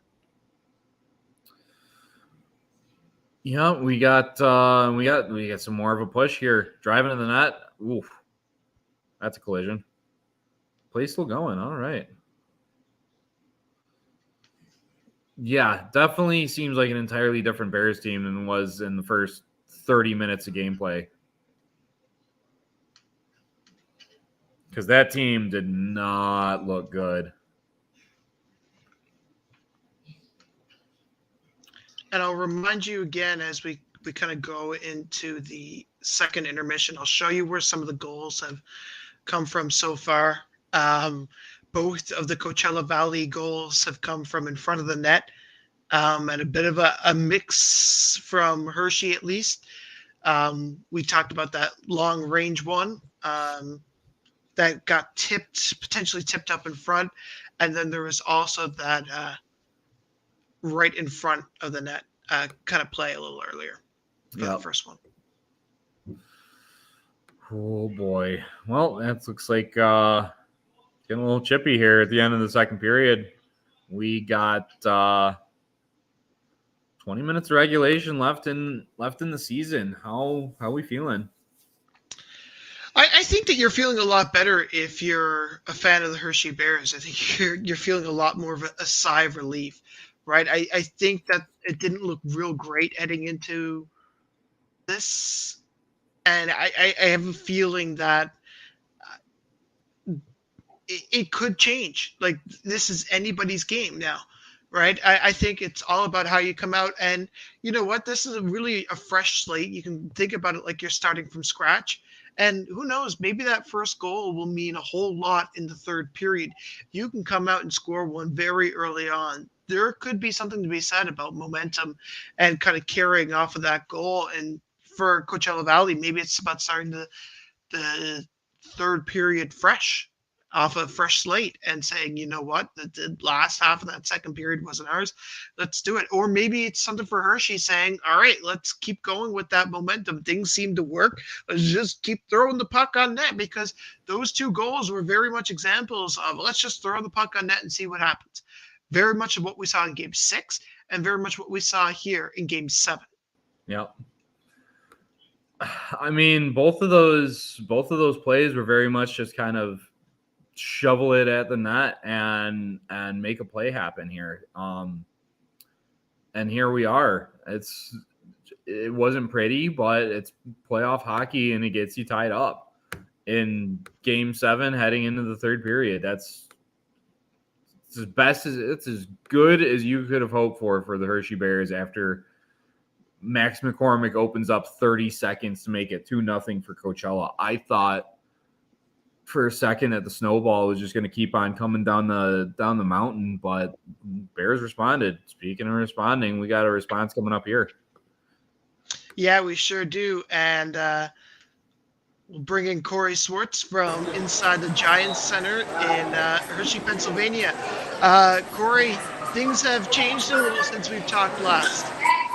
Guys, I can't lie to you. I was reading the last rites at a point there. It felt over there for a little bit, but you got to give the Bears credit. They came through. I have said it before, and I've said it again. This team just has a resiliency factor that it just doesn't matter. I sat there. I was feeling deflated in my seat. It just sort of felt like you were counting down to the end almost at a certain point there, but. You give the Bears so much credit. They got on a power play. They stuck with it. Mason Morelli makes a fantastic pass across to Connor McMichael. And, the Hendricks LaPierre goal really was reminiscent of what the game-tying goal against the Hartford Wolfpack in the Hershey second round really was like, where, they kind of shot for that indirect, right? They, plopped a guy off to the side of the net and almost just use him as a human deflection. But you just give them a lot of credit. I felt deflated. I was starting, if you guys probably follow my Twitter feed, you'd see I was starting to be a little bit more complimentary, a little more, starting to hit that acceptance stage. But, you give the Bears a ton of credit. They fought right back. And, they took that, that inch that Coachella Valley left and they made it into a mile. It's insane. I'm sorry if my camera's shaking here also. My hands are shaking. My man's fired up here. I mean, the first 30 minutes of that game, the Bears almost looked like they were sleepwalking through sections of it. I mean, I think it was Riley Sutter, I think, made an uncharacteristic turnover at a blue line, just getting stripped from behind. And that first power play was, oh my God, it couldn't have gotten any worse for the Bears. And you're just thinking, how much longer can they get away with this? But couple plays made, and here we are. The pace of the game might have not gone their way, but they don't ask how, they ask how many, and right now each side has the same time score. And that's the part that's just kind of wild to me in a sense, is that you saw that shorthanded breakaway that Coachella Valley had in that first power play. I think it was Carson Turinsky, if I'm not mistaken. They had the Bears read like a book. Anytime they went to the point, Coachella Valley was right there. They either forced it out or, that was the worst result that you were seeing there was, a shorthanded breakaway against, and Hunter Shepard came up with a huge save there. So, again, if he doesn't make that save, I would say, again, it's a whole different hockey game. And you give the Bears a lot of credit for not backing down and, responding improbably as it seems, honestly. Obviously, they're still being outshot by a hefty margin, but they're still, I just saw the tweet come through on my phone. It's a brand new hockey game, folks. We got 20 minutes to play here.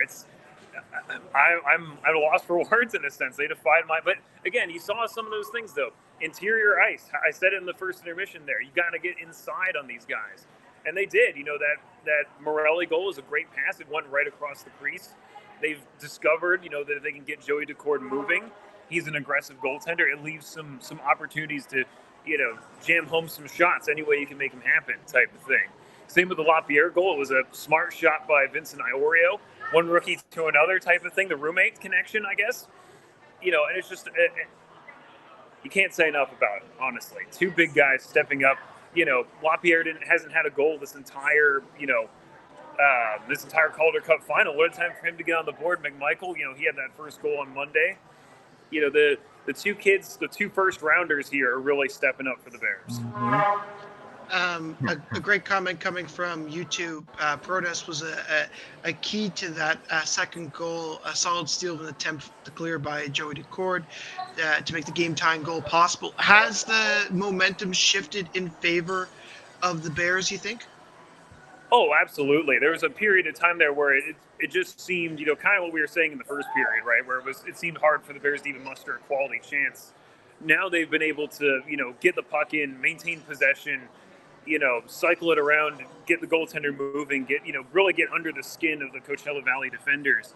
sort of in the same vein that, the Firebirds have been used to doing here, being opportunistic. But I agree with Dina there. Alexi Protas, you saw a couple great plays there for the Bears to keep the puck in the zone and kind of, make sure that they're, it was really the first time that seemingly that they got a chance to really set up and move around as they did at the games at home.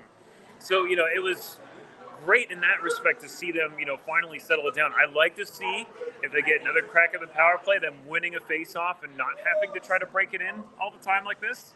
It's kind of been something we've been saying all season, though, right? Is that they've just not doing a lot on the power play sometimes. Their power play was a little bit of a sore spot for them at times, but give them credit. They took advantage of this opportunity here to, help get them on the board and get this thing rolling. Hopefully it just carries. You almost didn't want it to hit intermission, right? You wanted to keep playing to, keep the legs moving and keep going here. In a sense, it was almost a shame that the second period ran out. Who's going to be the hero in the third period? I have a hard time calling these things, but I'm going to go with a big goal. You're hearing probably some, the Bears fans are here revved up, man. It changed up the whole life inside the Giants Center after that first goal and, of course, the second one here. So I'm going to go with a big goal from Mason Morelli. He's been just kind of one of those guys that just had that it factor all playoff long. You almost forget that he's not on an NHL contract. He seems like he should be. So I'm going to go with the Mason Morelli goal. He's already kind of made that big play there and, already sort of made something happen with the power play assist. So it's been a great look. For sure. Well, Corey, I'll let you get back to the excitement and the fun. Thank you so much. And hopefully we can talk again, possibly if there's a win. I won't bother you if there's a loss. I appreciate that. I'll be sulking a little bit, but yeah, if there's something good, I'll find a way to, communicate with you guys here for sure. A quick wellness check from Corey. Again, thank you so much from the Giant Center in Hershey, Absolutely. Pennsylvania. Yeah. All right. The third period is coming up here. Get your coffee, folks. God, if this goes to overtime. I feel like I just jinxed it. This is not going to overtime, buddy. I hate to break the news to you. We're not doing this. We're not. Oh. Okay. Well, I do need coffee. Do you think I can DoorDash some coffee here? Do you think there's a coffee shop that's open I can DoorDash it to? DoorDash coffee at 11:52? Stranger things have happened, man. There's no way that's the weirdest DoorDash order that I've ever seen today. I mean, yeah. Yeah.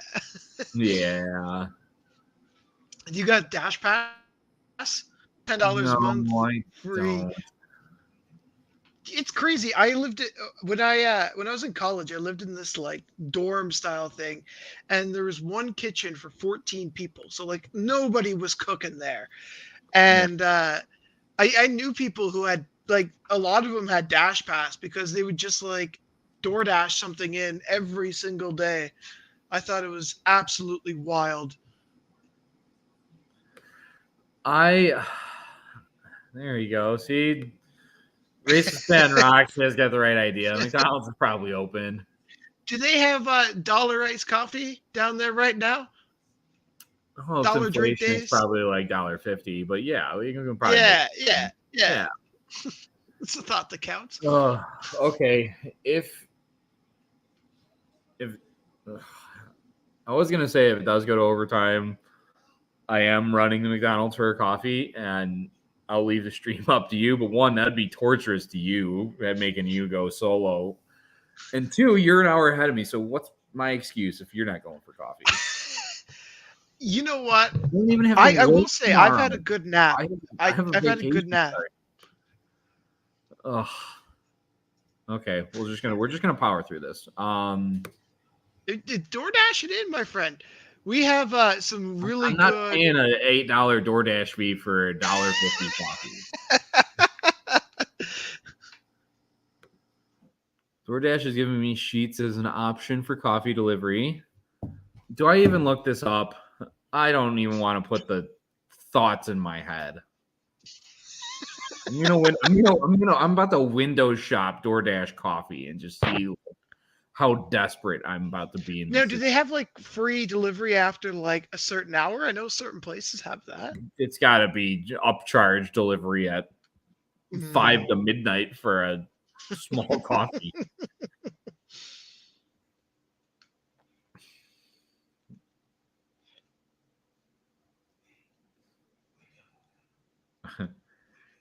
I don't know. They left me with all this extra stock stuff, so like we probably have enough of these like things left over from the outdoor classic that we Okay. could probably just Let me see go how ourselves. ridiculous this would be. Okay, if I do a large premium roast coffee from McDonald's, It's usually okay, like what? Wait. Before, if you walked into a restaurant right now, it would be like $2.75, maybe yeah, it's $3. giving me $2.29 for the subtotal. That's before they add on like the tax and the charges and everything. People also ordered, yeah, no thanks, I'm not getting chicken nuggets. Although if we're When in going Rome, there, I might as well just so for a standard 20-minute delivery, that $2.29 coffee is now $6.52. it's still not as expensive as Starbucks. True, where my large coffee is now or my small coffee is now a large. What if I just like sent like a 10-piece chicken nugget with a coffee? What kind plus tip? That's right. Dina, I didn't even think about the tip. So now that's an $8 coffee. And that's just based on my principles alone. Like, no. If I wasn't about to spend copious amounts of money at this golf outing this week, I don't even want to look at my bank account on Sunday. So because of those hundreds of dollars, now I'm looking at the $8 coffee and I'm like, I don't know, that's a little too expensive for my taste. Do you not have a coffee machine in your house?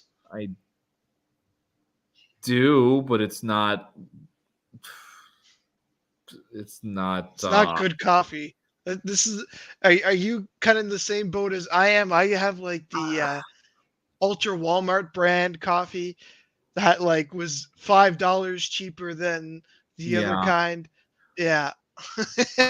There's certain situations I do not have coffee in the house. Yeah, I normally depend on my workplace to provide me my coffee nourishment. Like I'm the guy who walks in and immediately just goes right to the coffee machine. So I don't keep my own self stocked very much. And again, it's a matter of principle. If I get up and I start making coffee at midnight, like that's a conscious lifestyle decision that I really have to think about. I'm going to reserve it for overtime. And then I'll start thinking about door dashing a McFlurry and a coffee for $25.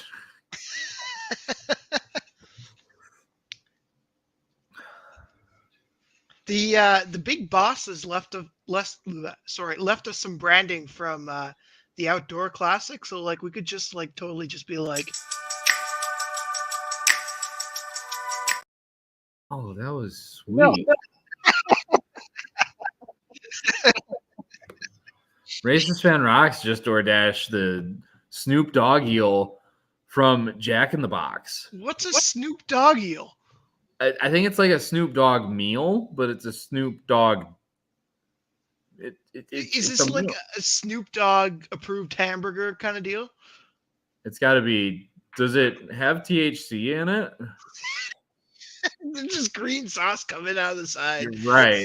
Like, oh, this burger is making me feel good. Cause I got that. Even Dina's wondering. Racist Fan Rocks. We're gonna need a little more. Yeah, it's their munchie meal. It makes sense. If I was hanging out with Snoop Dogg, I would need a munchie meal too, probably. Oh shit. No, I'm thinking of the chicken nuggets now. The McDonald's chicken nuggets are pretty fire, I gotta say. But at midnight, again, that's a lifestyle choice. I haven't had McDonald's chicken nuggets sober at midnight in a long time.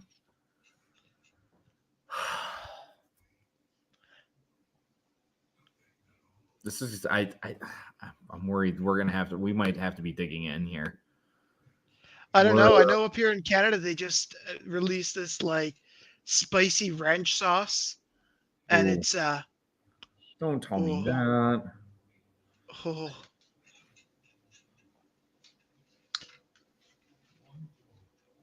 Corey said I'm not.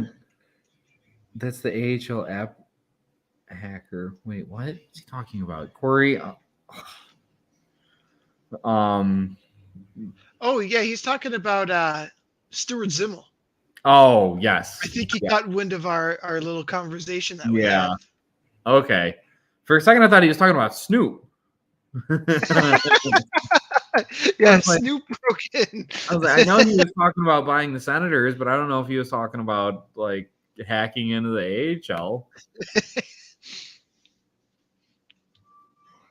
Buy 1 year of AHL TV, get 3 blunts free. Like, I was about to say he could probably rock some sweet promotional deals there. Use code SWOOP for 20% off.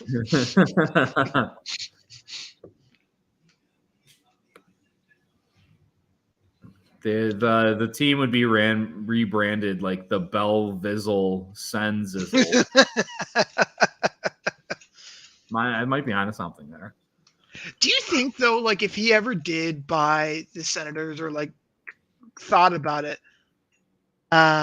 is that the whole thing? Is that like the whole Snoop meal? Dear Lord. Racist Fan Rocks is really munching out there. I'm all for it. I might just get some nuggets to eat in solidarity with him at this point. Oh, I don't want to think about things like that. You know what? I'm going to defeat the bad demons. Hold on a second. Oh my God, it is too. I'm looking at this now. As play is back underway, by the way, in Coachella Valley. I am eating now. I am being healthy. I am not succumbing to the spicy sauce and loaded chicken sandwich, 2 100% all white meat spicy chicken strips, bacon crumbles, French fries, white cheese sauce, good sauce, and ranch on a brioche bun. Good sauce. That's not good sauce. That's good sauce. Yeah, a classic taco. Why mess with something that's already great?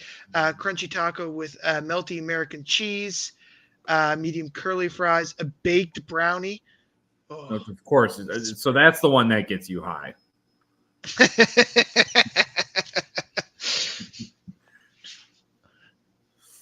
Some good early possession here by Hershey as they get things going. Maybe they had a Snoop meal in the dressing room during that intermission. It looked like they had a Snoop meal in the first 30 minutes, and then now they've kind of come down after a little bit, and here we are. Oh, this banana was a much better choice than a large Coke and a chicken smorgasbord of chicken nuggies. All the same, I know that like during the longest ever game, which obviously doesn't compare to this one, which is merely only in the third period. I think Hershey's going back on the power play here. Wouldn't this be a turn of events? It will be. Who is that? That's Jesper Froden. Yep. Okay. We have ourselves a hockey game here. Oh, yeah. And possibly a time for them to come back and grab a lead for the first time ever on the road. Well, second time. Second time. That's right. I was going to say, I was like, wait, ever? Yeah. I had to think about it for a second. Yeah, I thought about it. Yeah. And I talked about it going into the last power play too. It's one of those things that scoring gives you a little bit of momentum, saying, "Hey, we can do this." It's looking a lot like their first power play early on here, though. Holy shnikes. It's just not pretty moving this puck. But again, see how Coachella gives them resistance at the blue line. Like, it's nothing like the penalty killing for the Bears, which if I was Dan Bilesma, I'd start doing the Paul Maurice where it's like they got 3-1 over here. It's that Tim Peel, like, you're not supposed to speak about it, but we all know that, like, second half of this third period, if I'm Hershey, you got to keep your sticks down because look at that. The puck right now is on the Firebird crest during that power play. How many people do you see at that blue line? There was 3 already there, and then I think it was the centerman dropped down to make it the 4th, which I think has kind of been really a difference maker in the penalty killing for the Firebirds. Is they'll get it out, and they're just saying, no, you're not getting back in. What's Hershey's strategy at this point? You have 3 guys that 2 of them have their backs turned to the offensive zone. So if you're going to dump and chase, who's chasing? Someone who's not ready to start chasing. That's for sure. That's exactly it. I just feel like Coachella is really kind of, I mean, yeah, they got beat on that second power play, but just overall, I'm not sure where they're going with the strategies here. I don't know, and like when you have a fortified defense like that, you know, what can you do is kind of the question, right? Like your only option is to dump and chase at that point, but we've seen that it hasn't been successful at all so far because Coachella Valley already has that extra step. Yeah. Unless you want to try and hit it to a ladder there, but again, you got to have that option. You got to have that speed. And again, this Hershey's just kind of, after getting those kind of couple goals, they kind of seem like they've fallen back in their old habits. They had a zone entry, and then I'm just taking a look at the guy with the number 69 jersey right behind Dan Bilesma. Nice. I like the Goku hair Firebirds going on over there. I've seen a couple of those. I really dig that. But yeah, just kind of carelessly carrying the puck or bobbling it offside, and another power play goes by where Hershey really didn't have any looks at the net whatsoever. Correct me if I'm wrong. Didn't Bosma have complete control over his power play in the NHL clubs? I want to say he did because I feel like there's a complaint out of Buffalo. Yeah, exactly. I want to say that sounds about right. I want to say he and yeah, that's right. I forget. Wow, call me a Detroiter. I forgot he ran the power play in the Red Wings because they were just so. To be fair to Dan, he had like Justin Abdelkader running the net front there, and it wasn't by choice. It was because there was no one else to plug in. So I forgot Bilesma was on the Wings. Oh, that was such a bad era of Red Wings hockey. I completely forgot about that. I did too. Right, I was sitting here and I was like, why do I have this notion that Dan Bilesma was on the Red Wings? And then because you were talking about power play, I was like, no, that couldn't have been. And then I looked and I was like, oh. This crowd is absolutely. They're nuts. Electric. In a good way. They're completely electric. Nuts is one word.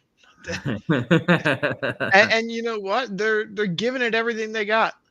Yeah. To try to cheer this team into a win. Mm-hmm. And it's crazy. We're not a traditional hockey market. again, they've only had since December to really get to know this team. Yeah. And they've embraced them with open arms. It's been fantastic pretty much since the opening puck drop for them.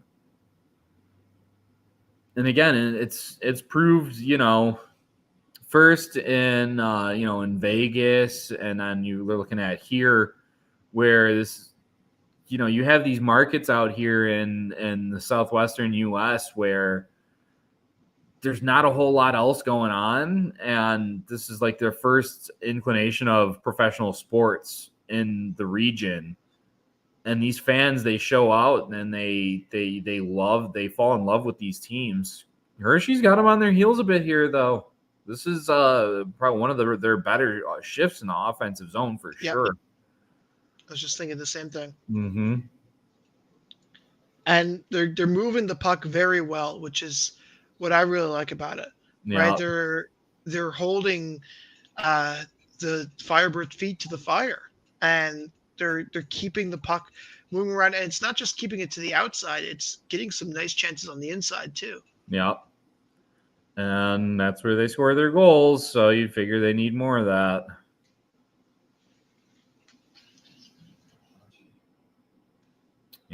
The legs are moving a bit. Oh, that pass coming across, that could have been dangerous.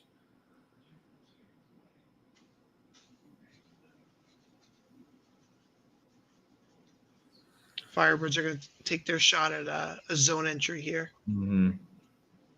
And, we're back to even strength, an unsuccessful power play for Hershey, but it has had some previous successes. Yeah. I will encourage you to join the conversation here on Facebook, Twitter, and YouTube. You can tweet us at The Holy Grail, or you could just simply do what I like best, is just comment on our Facebook and YouTube. Mm-hmm. Or you can just go straight into my DMs and tell me how much I don't know about hockey. I haven't seen one of those. Tell us that to you? What's that? Is someone actually doing that? No. But I always talk about it, and I kind of hope it happens one day, just so I can know what it feels like. Ooh, I don't know who that was individually for Hershey, but man, that was a good little dump and chase effort, and they almost chipped that backhand right over Joey DeCourt's glove. That, dude, you want to talk about swinging the momentum around? Imagine that goes in. The Firebirds fans are looking for a call after one of them was knocked down. I don't think that they're going to get it. Hershey's coming back the other way on a partial breakaway. Oh, my goodness. They just had a great opportunity on a wraparound chance. Someone sitting right out there in front, unable to get it any further. Yeah, I think I'm a little behind your stream. Oh. That would have been holy shnikes. I think we're kind of starting to feel the intensity here a little bit more as we're tied 2-2 going in.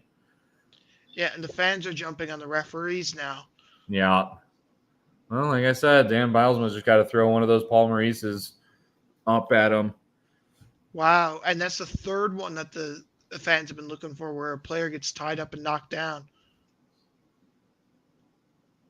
Oh.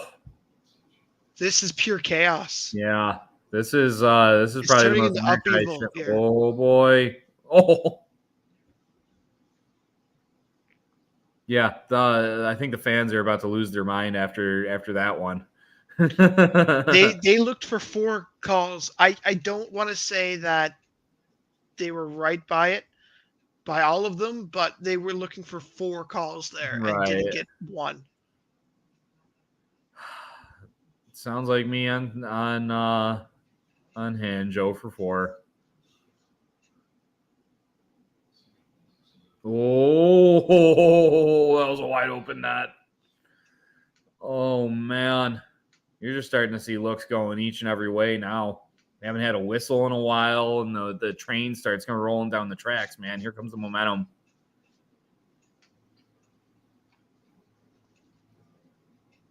now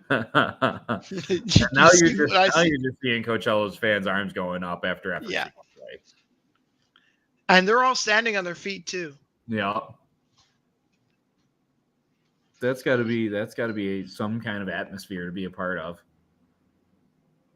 You know what I'm really impressed by though is the fact that it's like 104 degrees down there right now, and it doesn't look like the ice is bad. Like if this was in Stockton, could you imagine what this game would look like? That Stockton ice was some of the toughest ice you'll see. Oh, I can't believe I actually covered a series involved in that ice. It was rough. Yeah, that's one thing I haven't thought about is that the ice has been able to keep up. Mm-hmm. Well, yeah, that's the thing. You don't ever think about it whenever it's good. It's whenever the puck's bouncing around, you got guys falling all over the place. That's when you're like, oh, wow, the ice is pretty bad.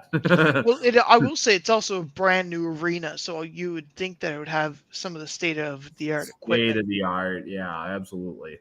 I mean, they spared no expense down there in Coachella. It's a class rink.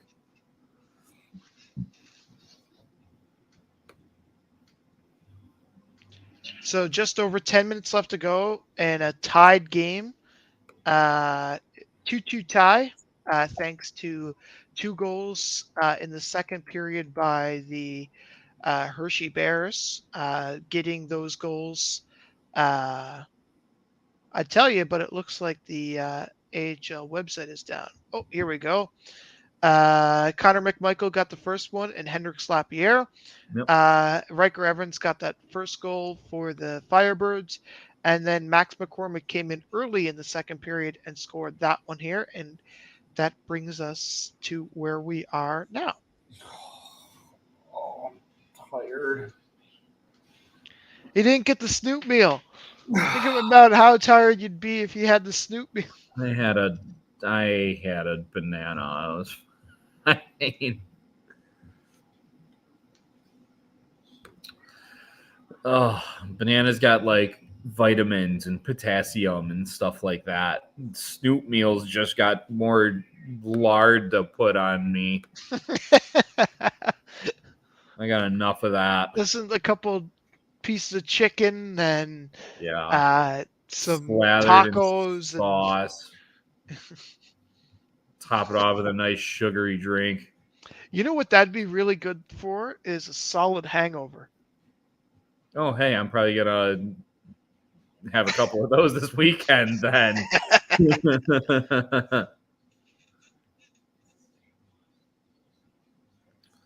I've come to determine if you're in Canada, best hangover cure is a Tim Hortons sausage farmer's breakfast wrap, egg and hash brown and cheese and sausage all in a wrap. Determine that it's and spicy chipotle. Determine that it's the way to go. It's the way to go.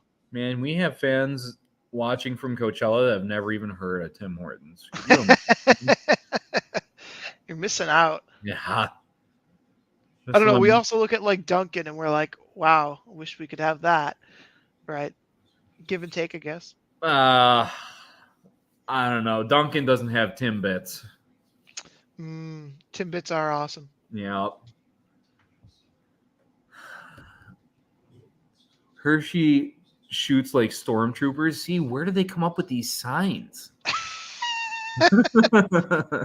Just the creativity and just the cleverness of it all is just awesome. I've really come to enjoy Coachella's first run at the Calder Cup here. I'm just wondering who's going to win Game 8. No, don't fool all of them just because they're new to the sport. There's no Game 8. In fact, I'm starting. Game 8 will be played in Germany. It starts at 2:30 a.m. Yeah. Oh, no live stream for that. I'm not one of those guys that like. They'll stream it for you in German though on the pirate ship website. Honestly, probably not far from the truth. I need to get a Jack Sparrow impersonator to commentate on my pirated game.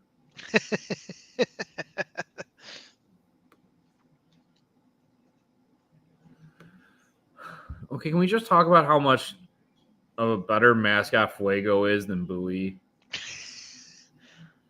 I don't know what it is about Bowie, man. I'm not like, maybe it's the earring or just like the fact that it looks like my sleep paralysis demon, but like none of that is just like. It's not a very attractive mascot. It doesn't need to be attractive. It's just got to not be like send children to the therapist. I gave my suggestion for the mascot of the Calgary Wranglers. Yeah. Uh, The Wranglers have their own, like, have you ever seen the graphic for when they win and they have that dancing horse on there? That's also like some kind of fever dream-esque, like this probably shouldn't have got off the idea board, but yet here we are. We got another Firebirds penalty here. Oh boy. I'm sure the fans are real happy about that one. Looks like Brogan Rafferty going off for a trip.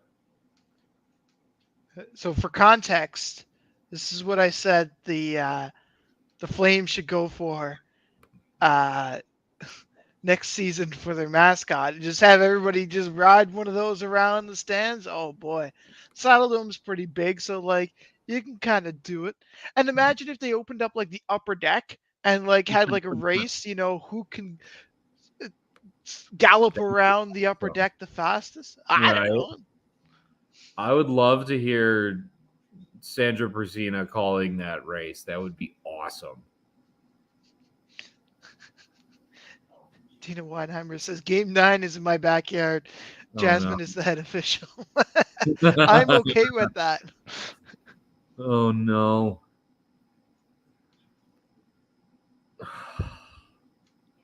Okay, well. Ooh. Hershey coming in and making some good strides there. Yeah, he should. I don't know who that was. He had a lane in the net. I don't even think he realized it.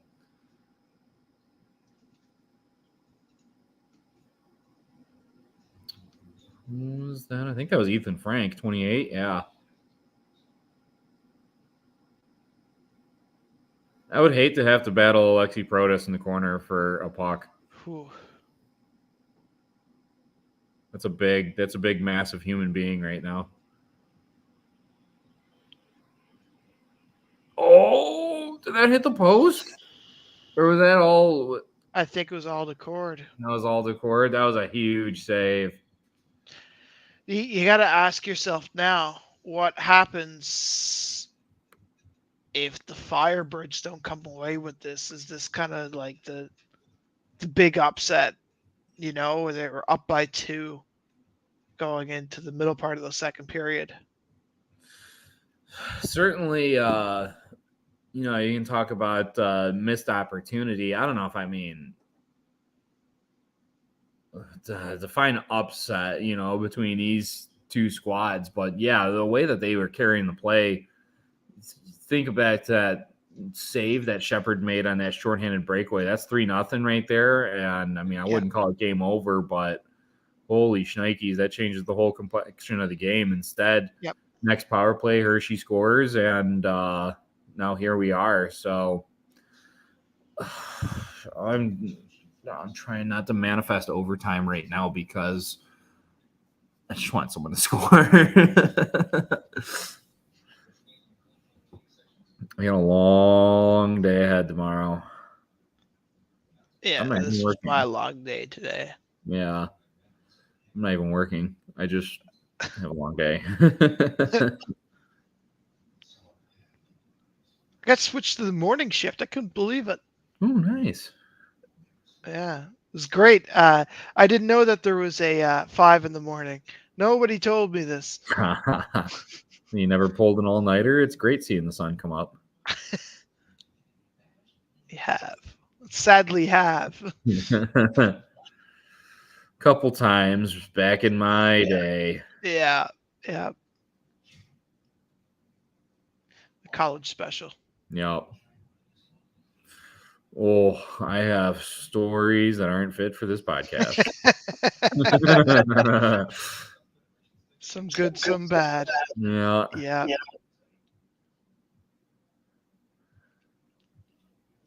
As it's pretty back and forth here in this third period, but I feel like there's just a hair more momentum towards Hershey so far.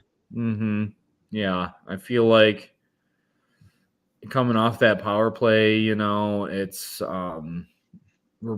it feels like we're coming back to like the feeling out process. Like, okay, like what you have to be conservative because you're in a tie game with the season on the line, no pressure or anything, but at the same time you gotta keep looking for holes in the armor to try and come away with this one. So I would tend to think that we're in next goal wins territory right now. the way these two teams respond, I don't know. I mean, next goal is gonna put the hurting on. We're at 5 minutes left in the regulation. Oh boy. Geez, Decord is aggressive.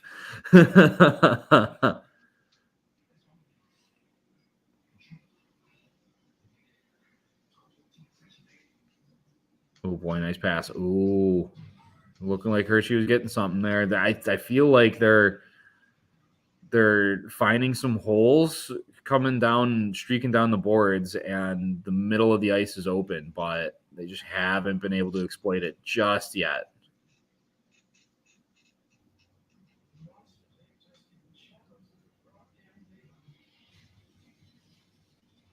Nice shot wide. Yeah, Coachella, they've been spending a lot of this period in their own zone. You haven't seen a lot of that from them this game, but And I hate to use the O word, but I wonder what's the message in the locker room in between the next period. We'll talk about that after another 4 minutes and 15 seconds of gameplay.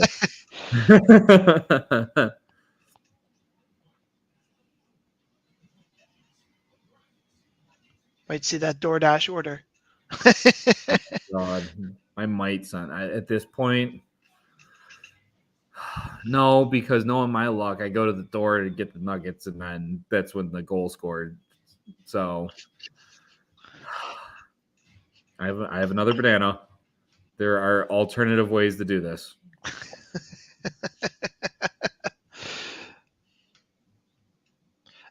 Under 4 minutes now left to go in the third period, a 2-2 Yeah. hockey game. For those of you at home, shots on goal 33-27 in favor of the Firebirds. Pretty back and forth period in the third period. A little more play of the puck by Hershey, I would say. Both teams are contesting for it in the neutral zone here now. A little bit of an aggressive Joey Decord so far in this period, who's played really well throughout this game. And think when at the 10-minute mark of the second period, halfway through the game, Coachella was out shooting them 25-15. Yeah. They've only had 8 shots since then. Like, they've had 3 so far in the third period, which hasn't been great. Maybe there's something to be said about that, is only putting up 3 shots in Game 7 of the Calder Cup Finals in a tie game. In the third period. Yeah. Now, granted, they haven't had a power play since the first period. I believe they've had 4 straight penalty kills. But yeah, and obviously that's kind of been a point of contention amongst fans. It's always a point of contention amongst hockey fans. Yeah. Classic. Tale as old as time. Someone, please. I don't want to do overtime.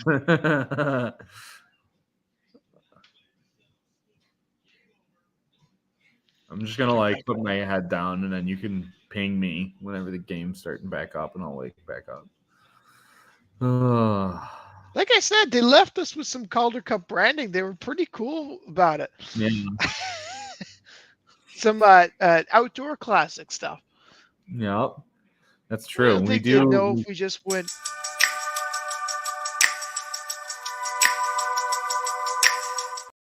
I love it. action, but you know.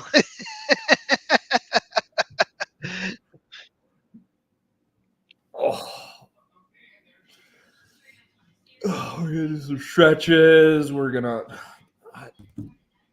I can't even remember when I did this start this day. I've had. If I wasn't running a podcast, I would go by on an hour-by-hour event of my day-to-day, just getting everything before vacation started. You wouldn't believe. Well, we're now at 2 minutes and 40 seconds. We're still tied 2-2. There is no give in either of these teams. If this is another triple overtime game, well, then we are probably going to have to tap out of that one. But we're still holding through. 2 minutes left in the third. It is 12:30 in the morning. I am not working tomorrow, so I don't care. I think we'll take you all the way up until the end of the first overtime. Okay, I can deal with that. Or until whenever. Oh boy. Oh, I thought that was going to be a trip there for sure. All right, Coachella. The rest of the Stripes are probably like, well, we already gave them 4 straight. We should probably not put them even further behind the 8 ball with 2 minutes left. This is it. This is crunch time right here, and I'm not talking about Syracuse. 2 minutes left in regulation. What are we feeling? Where's the momentum going? Who's going to be the hero? I think this is I don't know. Maybe there's something to be said about taking your time and saying, okay, next goal is probably going to win anyway, so we may as well just do it in overtime. Thrones. I mean, we've already put that energy out into the universe. Why not? Yeah. I think we're kind of getting there. And for Coachella Valley, I'm looking at you and saying you need more than 4 shots in the third period of a game 7. And I get the power play side hasn't been yours. Oh boy. Oh. Start seeing that puck bouncing around like that when things start to happen. Oh, I've had my heart breaking by goals like that before. God, they're just Hershey's. They're all about getting pucks in deep right now. Got the puck past the red line, shoot it in. Got the puck past the red line, shoot it in. Don Cherry would love these Hershey Bears.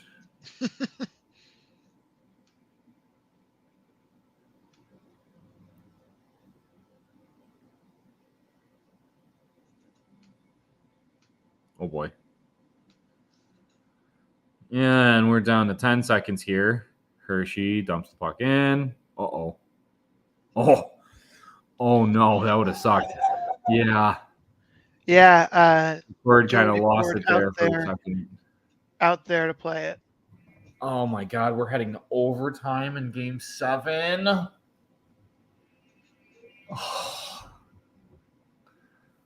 Does anyone want to DoorDash me some coffee? That'd be great. I'd be a friend.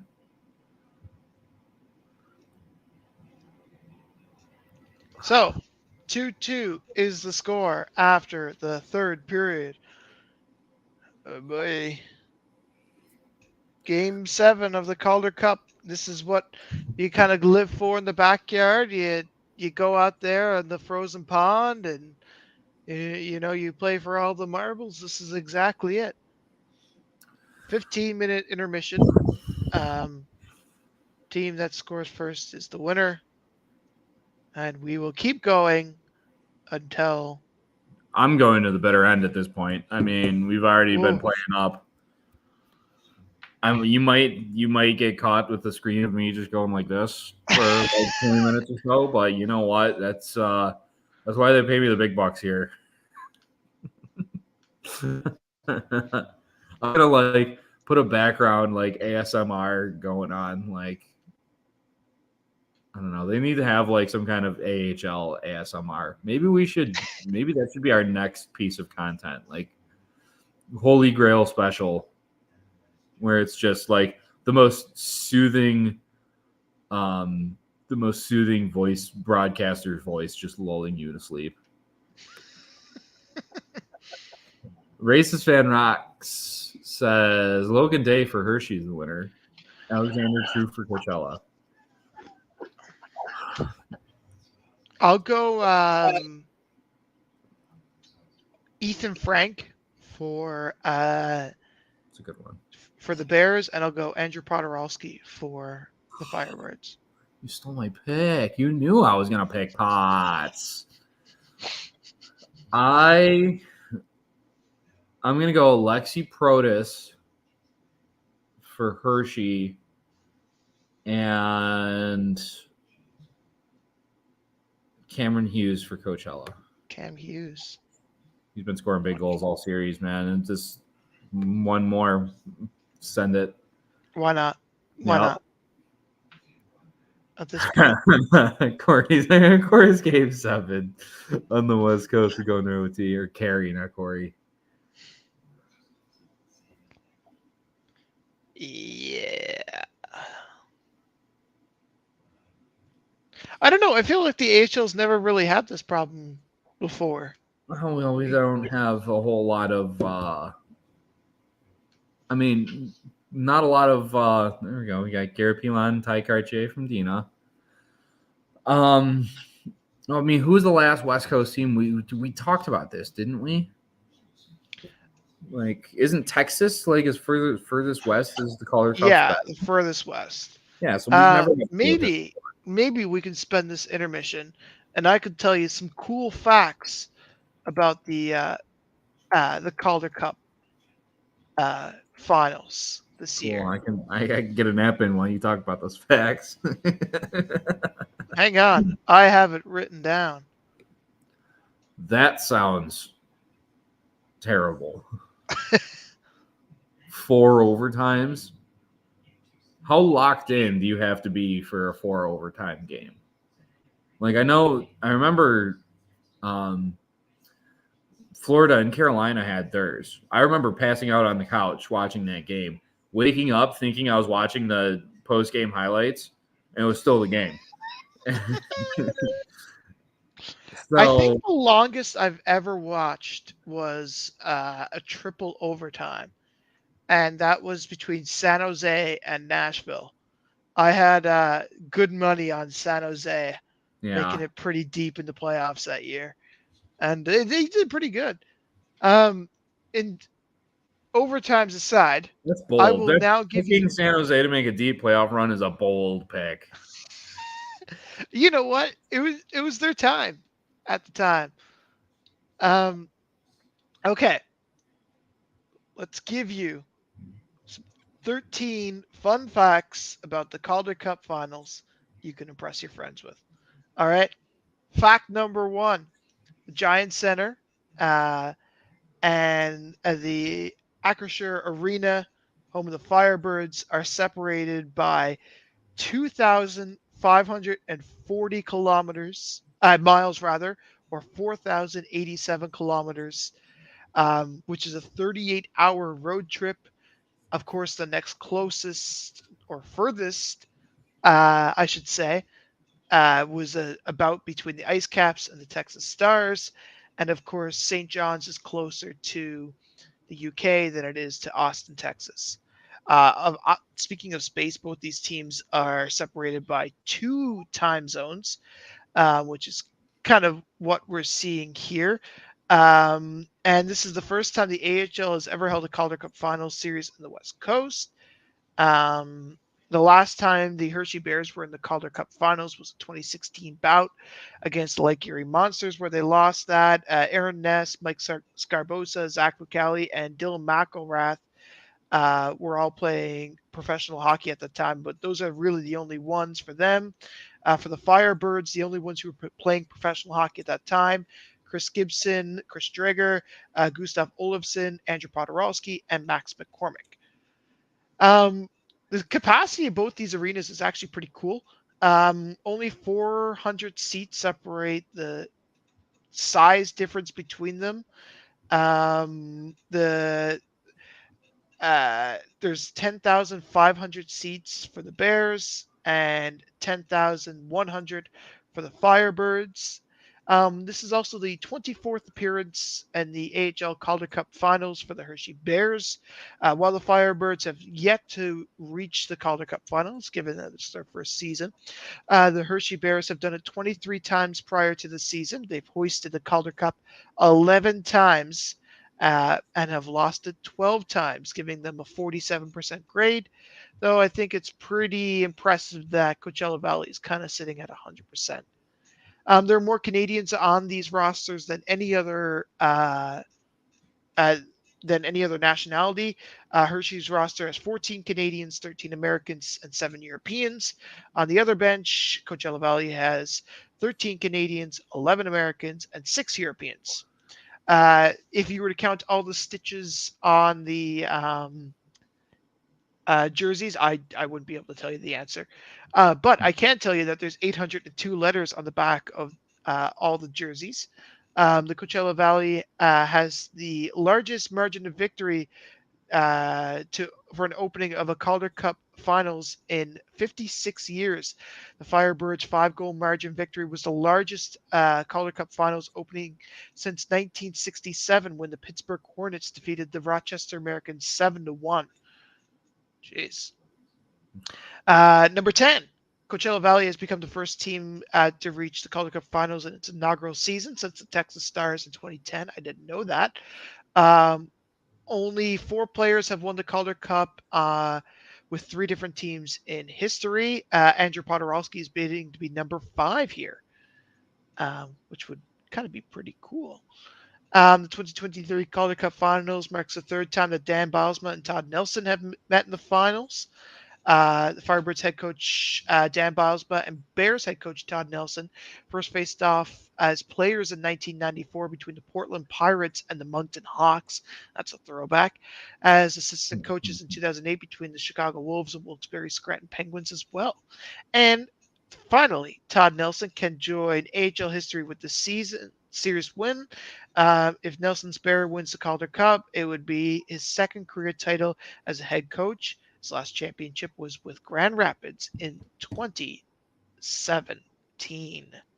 Look at that. Grand Rapids still finds a way into the Calder Cup. I love it. Thank you for those 13 facts, Zach. That was absolutely riveting. That might keep me up for the first overtime period. This is the quality intermission content that we definitely planned for. This is what we're here for. So Racist Fan Rocks is still battling through like the rest of us here in overtime. I believe that 5 OT game was Islanders and Capitals, right? Yes, it was Easter Sunday, wasn't it? Well, it was Easter Monday by the end of it, but yes. Yeah, the longest ever game is about between the Penguins and Flyers. Early 2000s, yep. I want to say 03, 02. It was like the only goal that Keith Primo ever scored. Speaking of Pennsylvania, someone who's joining us from Pennsylvania. I'm going to kick your butt for that, Andrew. Keith Primo has scored many memorable goals. That's Keith Primo slander. I'll have you know, Game 6. Flyers. The Red Wings drafted Keith Primo over Jaromir Jagr. I will take Keith Primo slander any day of the week. I have to use the bathroom. Keith Primo draws it side of the net. He was on the ice for both, so many dramatic Flyers goals in that 0-4 run, baby. He's the man. We made some predictions of who was going to win. We're not saying what team is going to win, but what player is going to score. Give me one for Hershey and give me one for Coachella Valley. Well, I could easily see Andrew Podorowski getting a cheesy one for Coachella Valley. He's one of those kind of guys. For Hershey, I'll go back to the well. Garrett Pilon, I think, has more in him to give. I think it's down between him or, somebody unexpected like Henrik Borgstrom, possibly. So there's a couple of different picks there. For sure. Corey, is there a sense of confidence going into overtime here? Is there that excitement still up? I know it's approaching 1 a.m. over there. Yeah, I mean, Hershey played a way better third period. It was easily their best period of the game, I think, in this whole game so far. They had the shot edge, the offensive possession. There was a lot of good things to like there, I think, for the Bears. So I wanted to see them carry that into this period here. It was a bit of a stalemate for the last 5 minutes or so, I'd say, but I think the Bears have the momentum here at this point for sure. They just need to find a way to get this. For sure. Fans are trying to stay riled up in Coachella Valley. What would be the one key to success for the Bears to win this? Well, I'll tell you, Zach, I think it would probably be, I think it's just got to be keep getting pucks on net. We've seen a couple of shots here that the Bears have had on Joey Decord that have been more dangerous. They've given him issues. They've given him fits at times here. There's been a couple of just, I think it's just anything and everything. It's not going to be a pretty goal. It's not going to be tic-tac goal, I don't think. I think it's just going to be barely getting the red light to come on, honestly. It's going to be how this is going to score. It's not going to be pretty, that's for sure.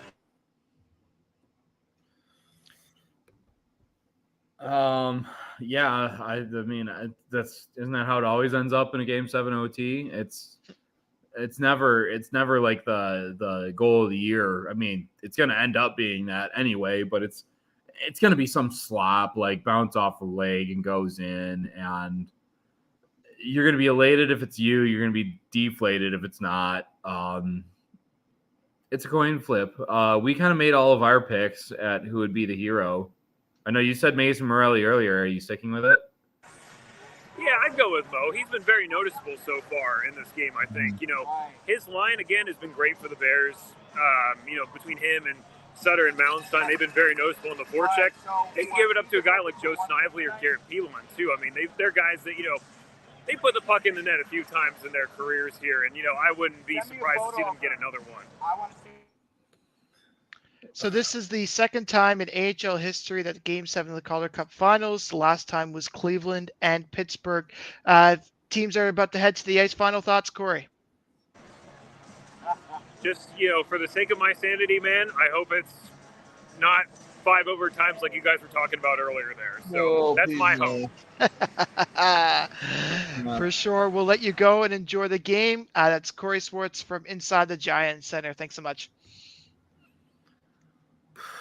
Okay, so the stat is there. 1953, a 1-0 overtime win for Cleveland over Pittsburgh. You know that was just a barn burner. Right. 1-0 1950s hockey. Curious who was on. What do you think the price of that ticket was? $1.50? Get your money's worth out of that one.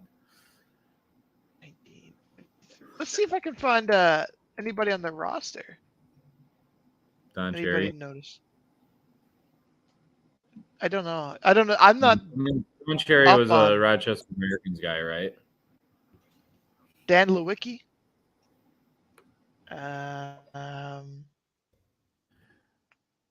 Like, you're a good old Canadian boy. Did you ever?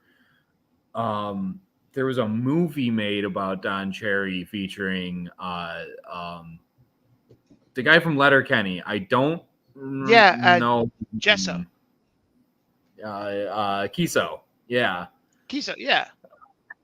I did. It was pretty well made.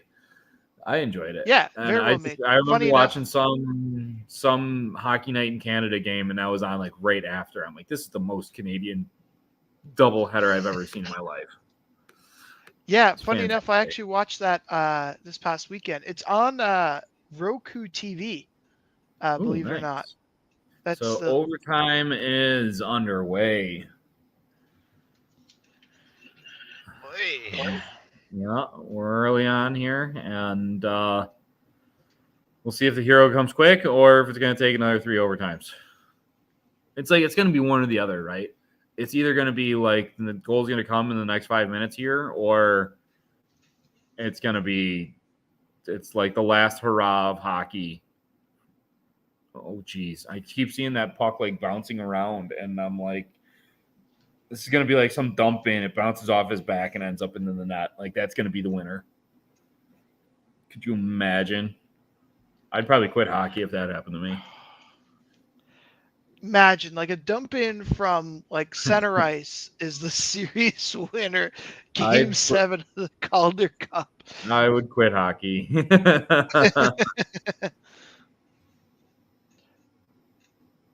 So the face-off is coming up for the offensive zone for Hershey, but it's Coachella Valley.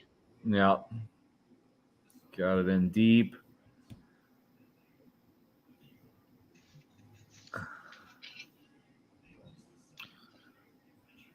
Oh, odd man coming the other way. Big save to Cord.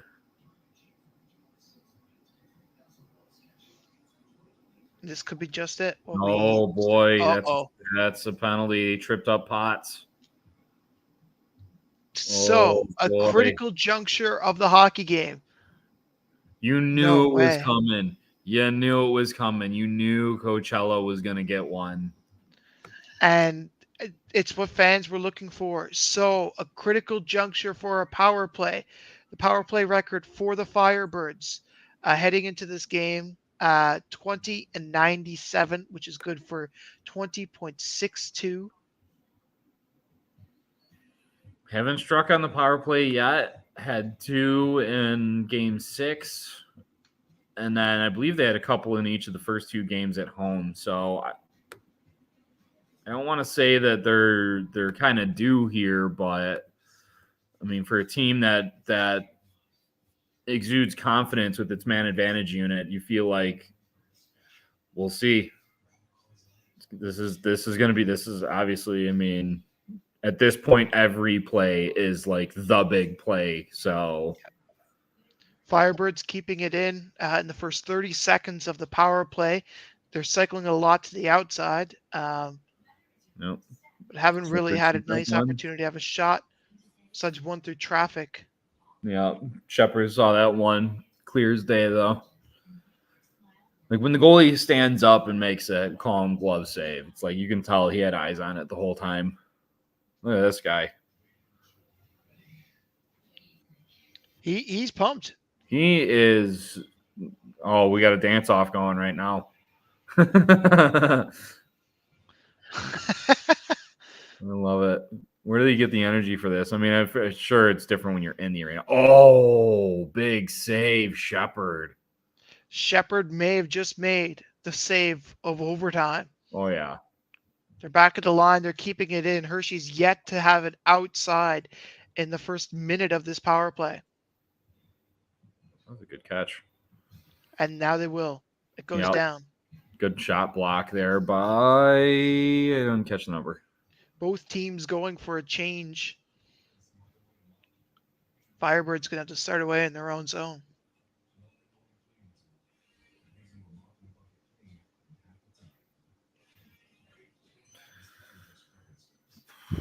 Oh, boy. Final 30 seconds of overtime, and Hershey will get it out. Of not over the power play, rather. It's 2 a.m. It's late. What did I sign up for? Yeah, this is I don't know why I wasn't thinking of overtime in Game 7. I should have been. I should have known, right? I should have known. So we're back to even strength with Hershey coming out of the box, but still some possession left for Coachella Valley. Beautiful glove save there by Hunter Shepard to find that one through traffic.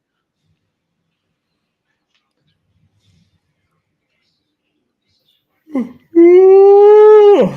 think I'm tired. Feel free to join the conversation here on Facebook, Twitter, and YouTube. Twitter at The Holy Grail, or just comment below on Facebook and YouTube. Offensive zone draw for Coachella Valley 1. You can talk to us about throwing everything on Hunter Shepard so far. Yeah. Comment and tell us what's your coffee order for tonight.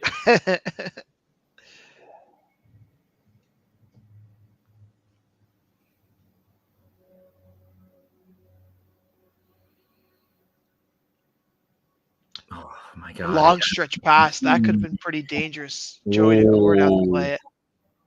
Goalie's playing catch right now. Great defense there by Coachella Valley to kind of break up some potential danger. Yeah. I don't know if I like the idea to toe drag. I think you got to follow Coachella's mindset of just kind of firing in overtime. You get in a position to shoot, you got to shoot. I always think about like 2014, Alec Martinez, Mm-hmm. right? A guy who nobody expected to score, just threw the puck on net. Oh, I think that was Ethan Franks, just wide open, no one's in front of him. Yeah, Alec Martinez just loves scoring goals in the Stanley Cup Finals. He's incredible. Where's he from? That's right, Rochester Hills, Michigan. Didn't know that. Yep. It's right, but probably about 10 minutes away from me. Good old Metro Detroit boy.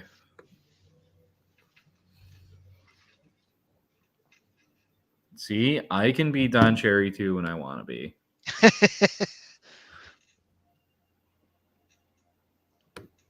I have a tape somewhere of me calling an Alex Newhook game when he was in junior in Newfoundland.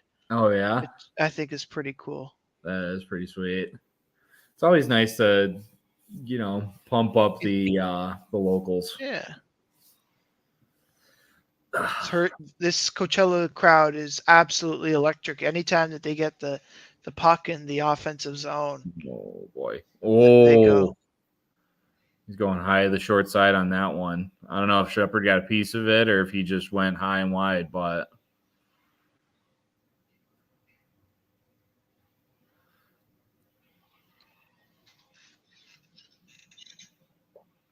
that was a great out, actually.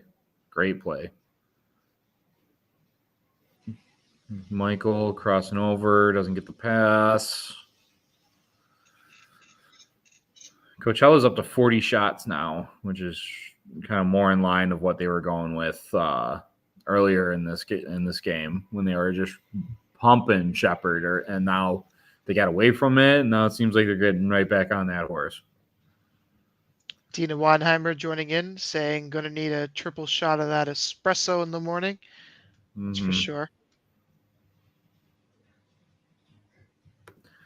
If I know Germans, Leon Draisaitl would rival Alex Ovechkin's summer with the cup. I don't know what Connor McDavid would do, but I have a lot of German friends in my friends list, just through nature of a bunch of guys in the auto industry. They knew how to turn it on, if you can catch my drift. So I feel like Leon would be much the same. I feel like he would actually enjoy talking to the media too. So like that might encourage him to just drink. Oh! Did he just drag not to fruition? God, I would have lost it.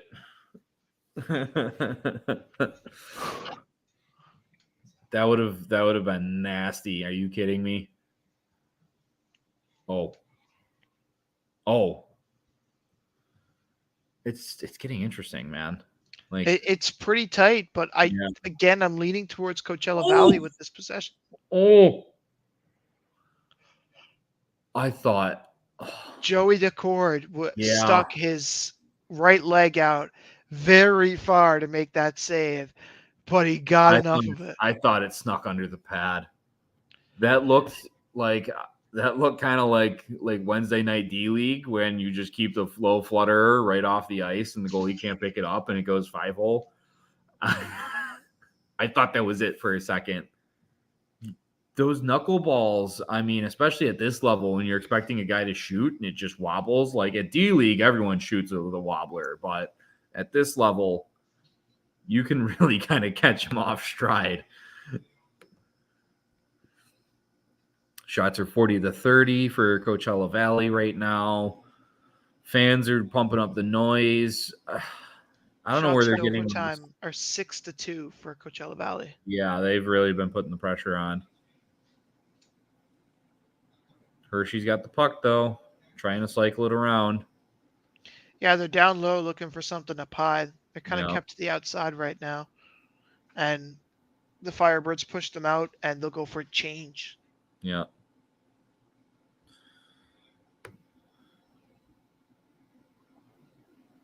Oh, big hit. Firebirds getting some fresh legs on there. Yeah. They're going to have to tag up for an offside.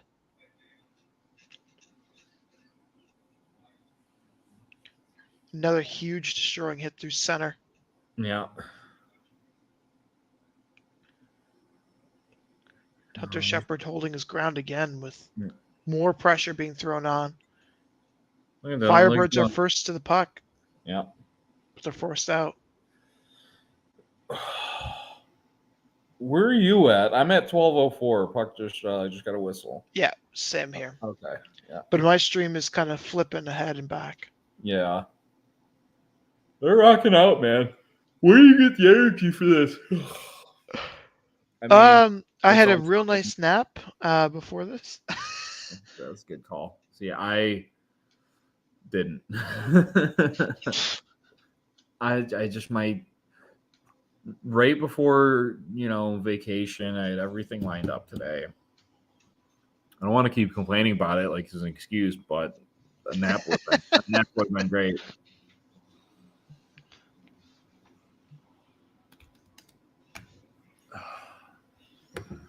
I seen the Wranglers are out playing golf today. Yeah.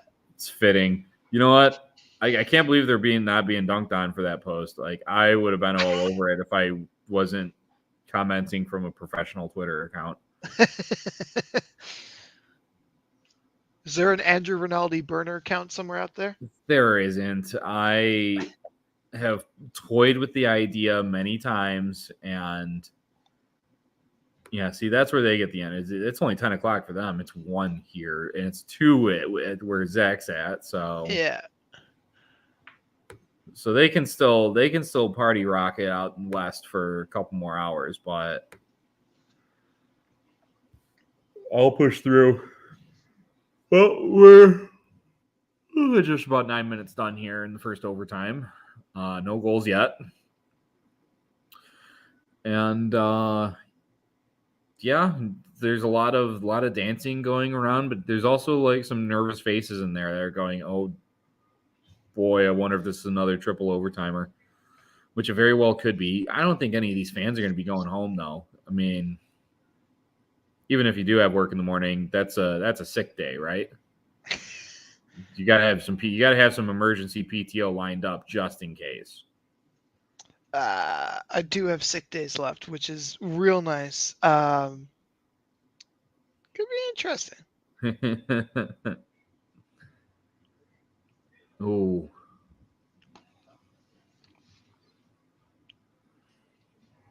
See, I feel like Hershey's getting a lot of like one and done looks here in this overtime. They get a shot, and then the puck's out of the zone. They need to get some second chance opportunities, I think, here. And is there something to be said about like just taking your time coming in and getting set up here? Like, this is where I'm kind of leaning. Yeah.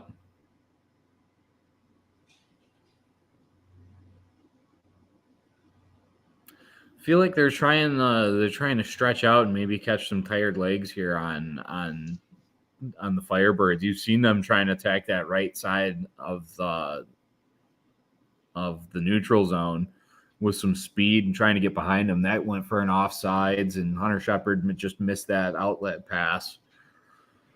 But would someone like to DoorDash me some coffee? That'd be awesome. 10-11 left to go in overtime. It's gonna be we're in it for the long haul at this point. I got my seatbelt buckled.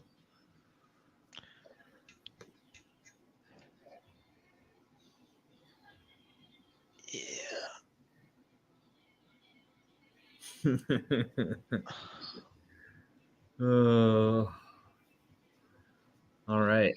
Is that a delayed offside? Okay, I was about to say, are they calling a penalty or all right? was trying to figure out what was going on. Yeah. 41 shots, 31 is the shot total.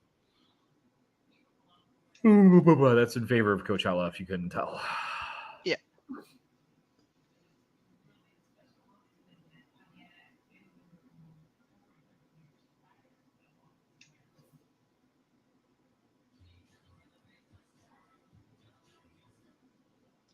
Coachella Valley comes into this series with a 15-7-3 record, 13-6 for Hershey into this game.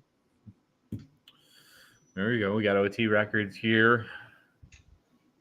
Oh, I thought that was it. Oh, that was Alexi Protis too. That would have been just a little bit of bragging rights for me, but that backhand rebound just goes wide. All right. I think Hershey's feeling a little bit here. That one just missed. That was Snively on that opportunity. Looks like the boys might have had a shot of espresso on the bench there. Uh-oh. Coachella just clear it? Oh, okay. Icing. Yeah, I thought that went out of play for a second. I think this is a TV timeout. There should only be one TV timeout in overtime. That's after the minute.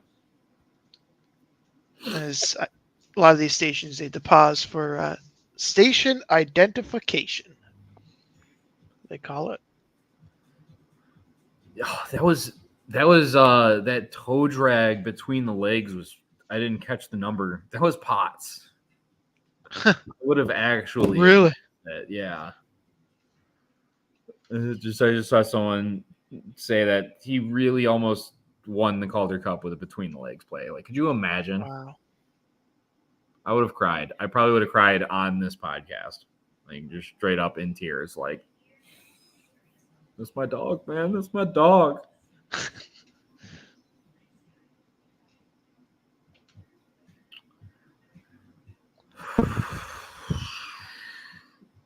I'll remind you again, this is the second time in AHL history, Game 7 of the Calder Cup Finals is in overtime. Cleveland defeated Pittsburgh 1-0 in overtime in 1953. That was the Truman administration, right? You're asking the wrong person, buddy. I feel like it was, though. Like Hoover was done. Yeah, it was Korea, which was Truman, and then Eisenhower was after that. Right. And then Kennedy. Jesus, I did not pay attention in my civics class. I thought you can't get a TV timeout on an icing. It's a good point. Well, plays back, so I guess that repeats that. But that's, I don't know. It was just like a long. Are there special rules in overtime? Pot. I feel like it'd be the same. It should be the same, right? I don't know now. Did Hershey just miss that? They should have been. Yeah, because it was a TV timeout because they went to some video on the board.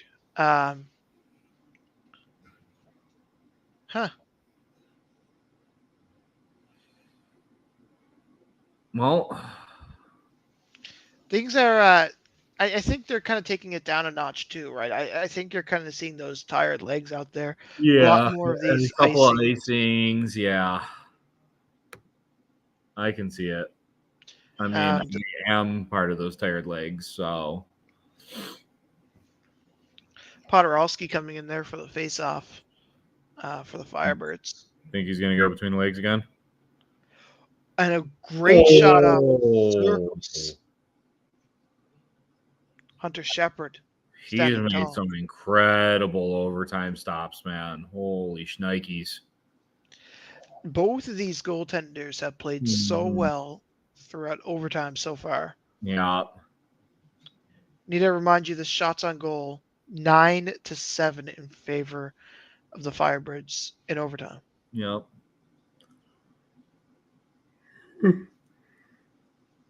It's telling me to make some noise, but man, it's becoming a battle. I wonder what the noise levels are like in Hershey. At the Giant Center. Yeah. I would be very interested in that. I'm sure. I mean, all the fans have to be there, right? Oh, what a hit!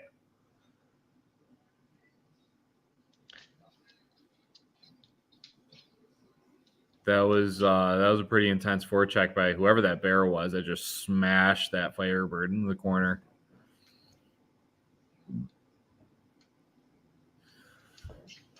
I have to catch these jersey numbers because I'm not listening to the actual broadcast.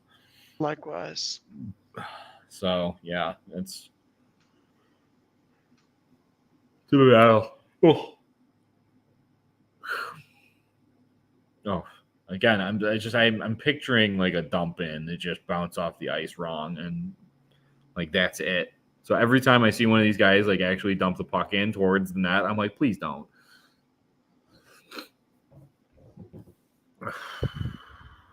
Ooh, stop, go. Oh.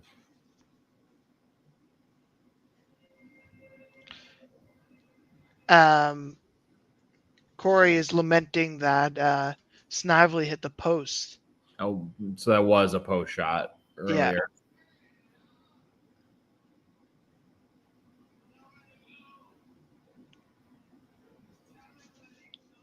It's been an intense overtime so far as Joey Cord makes yet another save with 6:36 left to go in the first OT. Ooh. Okay. I'm going to stop yawning every 30 seconds at some point here, I promise. Otherwise, I might have to take a nap. If they don't score until the second or the intermission, I might have to go take a nap. We will go on a break and then come back after 15 minutes. Hey, like I said, we have. I love it. People are going to be so confused when they come back for a snack, and then it's like a Cleveland and Wilkes-Barre graphic that's up. I would love that. We may have to take a quick break and I think so. Overtime intermission. If it gets that far, maybe Hershey scores right here.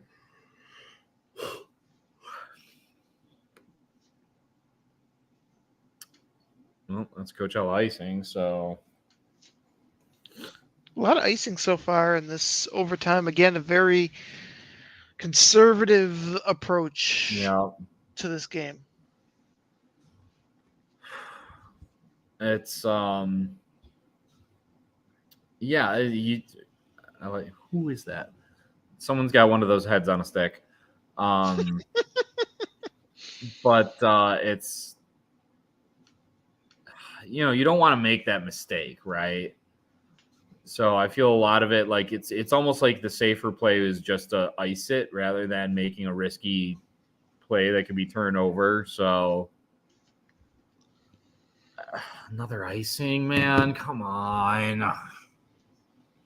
Have you ever played a drop-in game and on NHL, EASHL, and your defensemen don't know how to pass and they just keep icing it, or the other guy is expecting the pass and he keeps skating off sides and just offsides.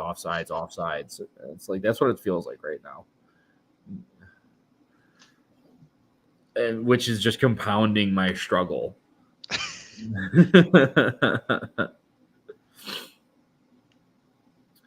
I think Hershey has been doing well and winning those defensive zone draws and not letting Coachella get set up. I think that's I've noticed that has been working out very well for them. Yeah, and it seems like Coachella is just trying to get in and go for the shot first before getting set up. Maybe that's something that they kind of need Oh, to reevaluate a little bit, as a nice pass across was blocked up in front. yeah. That would have been a whole lot of net there for Lucas Johansson if they was able to connect. It sure would have been. I swear, if Dylan McElrath just hammers the winner here, oh, look at the cord though. He's like 15 feet out of his net. Far out of his net. Yeah, Yeah, he's been very aggressive so far. I want yeah. to say even in the late stages of the third, we've Mm-hmm. seen a lot of very aggressive decord. Yeah. Oh, A nice tip out in front, another jam play. yeah. See, I swear that's the kind of shot that's going to win this thing. It sure is, and it's never going to be a pretty one. No. You got tired legs like all this. Like that's not. Those pretty ones aren't. That's why like pots going between the legs. Like that would have been nasty, but it was way too It pretty to doesn't try happen. out in It this doesn't thing. work like that, Exactly. right?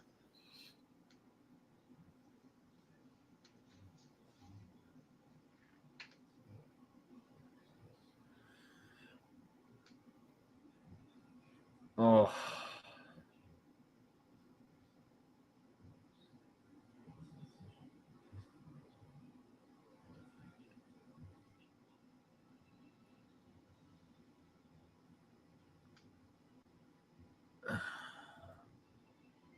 Another icing. Come on. What happened to the stretches of overtime where it was like 3-4 minutes without like stoppages? Now it's just we're getting icings every other play, which is great and all if it wasn't already approaching like 1:30. Oh,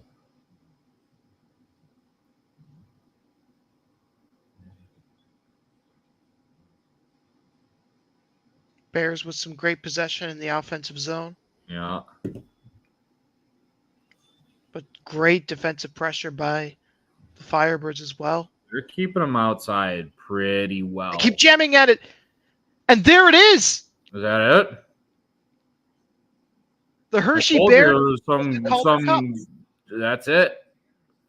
Who was that? Was that Vecchione? I thought that I saw at 19 there, but that's it. That's game.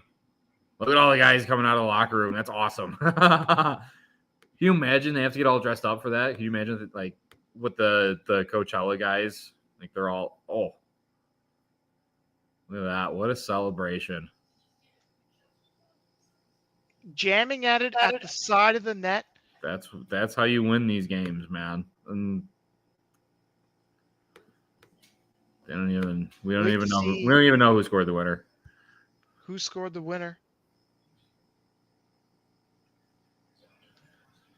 I can just imagine the feeling inside the Giant Center. I was about to say, are we gonna get a Corey in for this, or I how's don't that gonna know, go? buddy. I would say probably not. Well, there you have it, folks. A 3-2 victory for the Calder Cup. Hershey Bears 2023 Calder Cup winners.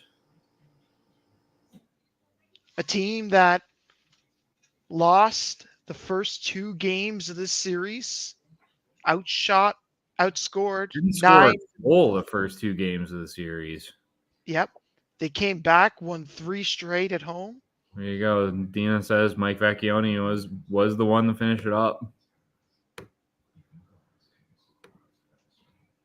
Oh man, okay, so it's got to be Hunter Shepard for MVP, right? Like, how could you possibly have anyone else? I like the idea. 45 saves in a Game 7 win. Like, I don't know. Let's see, yep, and it does look like They actually don't have anyone on the game center right now. I'm gonna say it's Vecchione. I can't confirm nor deny it, but I guess Dina can confirm it. So I think the people at the game center fell asleep. me too.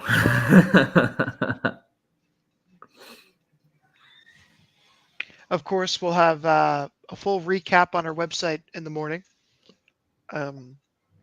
as the Bears are celebrating a huge victory. Oh, Corey's got a right. Oh, Heck of man. beer, Bob. Thanks for the memories. This is boys. Can't read his handwriting.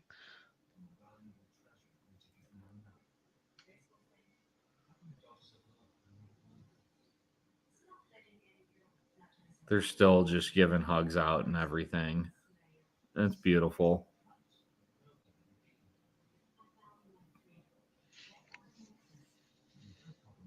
It's a painful sting to watch your team lose the Calder Cup on home ice. No doubt about it. Uh-huh. But it'll be The first away win was Game 7 overtime. Yep. And we kind of talked about it in the pregame show as well. That This would be it. Yeah.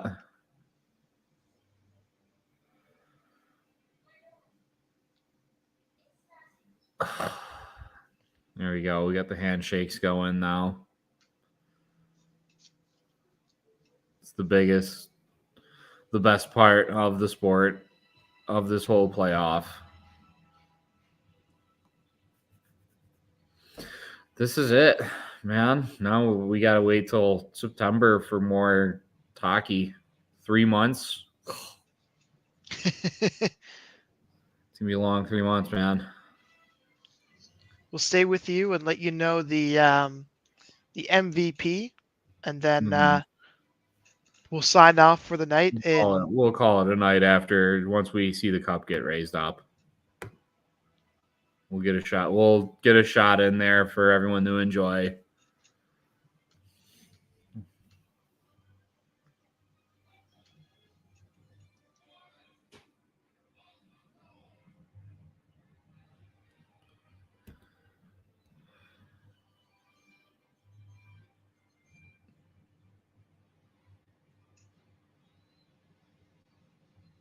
The Hershey Bears, on the right side of history for this one, we talked about some of those interesting facts. It's their 24th time, and this is now their 12th Calder Cup final. 12th championship, right? 12th championship. Yeah.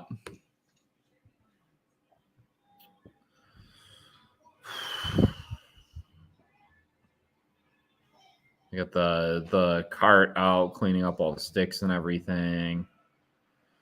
Mike Vecchione, Dan Bilesma, Jessica Campbell. We got couple Holy Grail guests on both sides. Yeah, Andrew Podorowski, a great point. Yeah. Now won his third consecutive Calder Cup. No, he didn't. He lost. Oh, I'm sorry. Yeah. My bad. Yeah, it's been a long night. I was like, Simonos that coming out with pure vengeance. Getting his. Yep. There it is. There, just in case you forgot, Simonos gets his cup.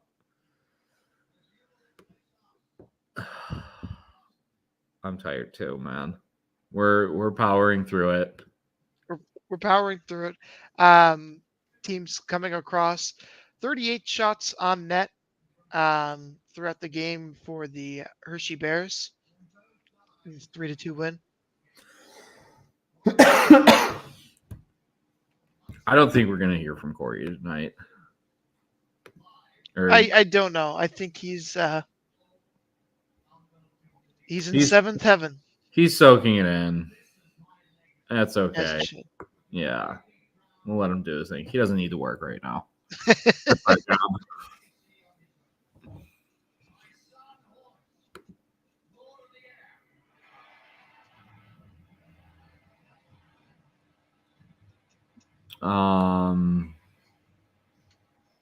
Okay, yeah. For a second, I thought they were gonna okay. Well, I see some Coachella fans crying in the stands, as they're taking the video. I was like, that's team skating off. Looks like a tough one. And it's tough too because you come in with a little bit of hope. You know that the stats are on your side. 2-0 lead at home. That's a tough one. Yeah, you went into the first intermission. Yeah, that's gonna burn a hole in a lot of those guys, I think. If you don't come out hungry after that loss, get your pulse checked, because that's a tough one. So okay, Mike Vecchione, I'm let's get the MVP going already, because I need to go to bed. I need to go to bed. 3 stars from that game, by the way. Mike Vecchione with the overtime hero, Hendrix Lapierre, who had a goal as well, and then Connor McMichael, who also had a goal for the Bears. Mike Vecchione got the goal at 16:19 of the first overtime. Henrik Borgstrom and Ethan Frank both getting. So Hunter Shepard just makes 45 saves. Doesn't even get a pity star. Who made that call? I just want to talk. If you made that call to not give Hunter Shepard a star, just at me, get in my DMs right now so I can tell you. I hate to break the news to you too, buddy, but it looks like the AHL feed isn't coming back. Come on. I kid you not. I think it's done. It can't just be done. Hasn't left this logo. What?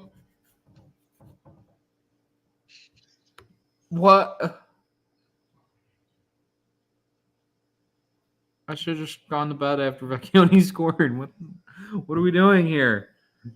Why are they not showing the presentation? That's not okay. Oh, no, they're back. I see Hershey out there. Okay. I was about to say.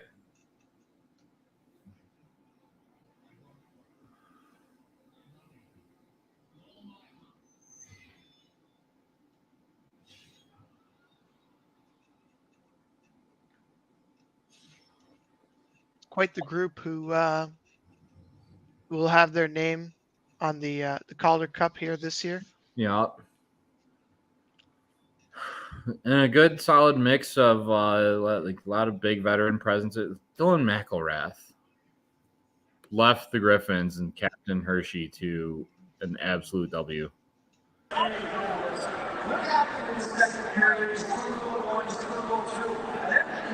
Corey.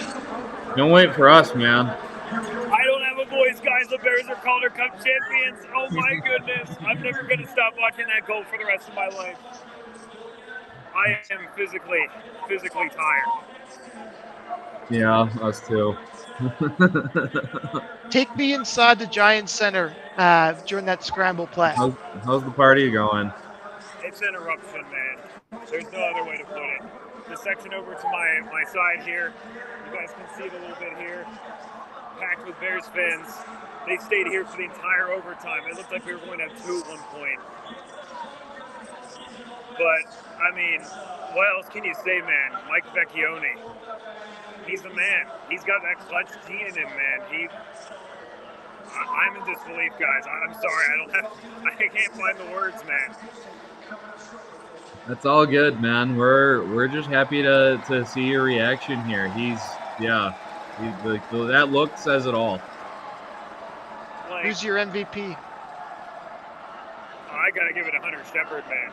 If he doesn't make that save on that breakaway shorthanded, none of this is happening. They're dead if that doesn't happen. But they did it. They played a great third period. You know, the overtime was both ways. And like we said, it wasn't going to be a pretty goal. It wasn't going to be a perfect shot. It wasn't. It was a rebound of Henrik Borgstrom's shot. If Henrik Borgstrom's indeed going overseas, guys, I mean, you know,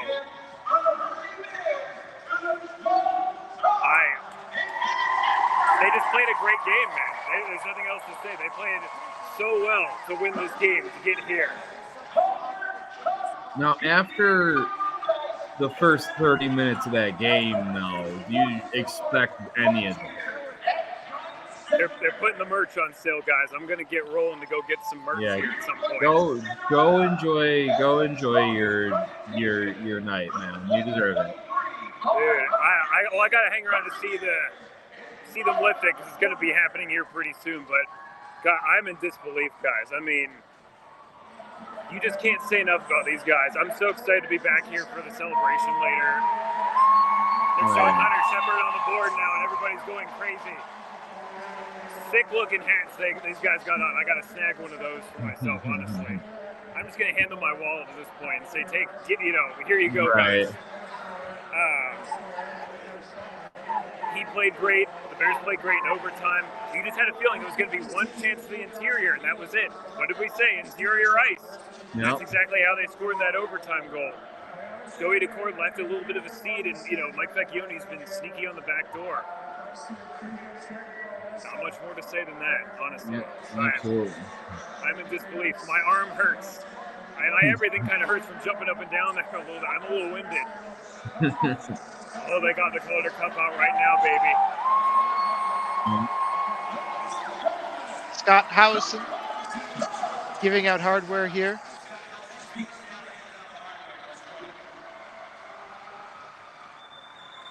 The most valuable players set to be announced. It's got to be Hunter Shepard or Mike Vecchione.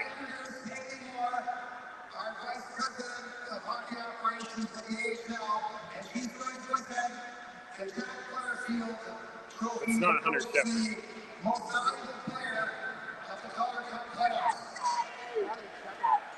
Played every game. It's got to be Hunter Shepard. The goalie's an easy choice on this kind of team, too. Hunter Shepard is your AHL MVP. Yes, he is. Wow. Look at that hair. Holy shnikes. That hair and beard combo.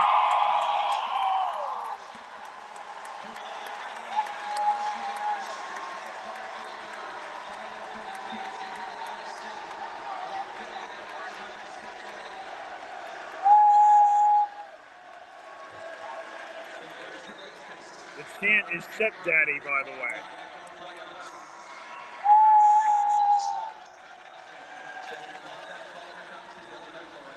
And now for the Calder Cup to the Hershey Company.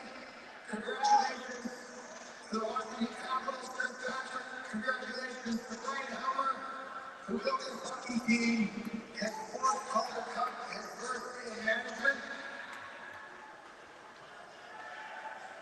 And to Tom Nelson, the coach of this hockey team, his fourth Calder Cup, two as head coach, one as an assistant coach, and one as a player. It's quite an achievement. But most of all, to you, the players. This was an incredible run. Kudos to that crowd in Hershey. The cup, Scott. I want to go to bed. 1:30 in the morning in Hershey, Pennsylvania. I don't know if I'm going to sleep or if I'm just going to go to work like this. Coffee.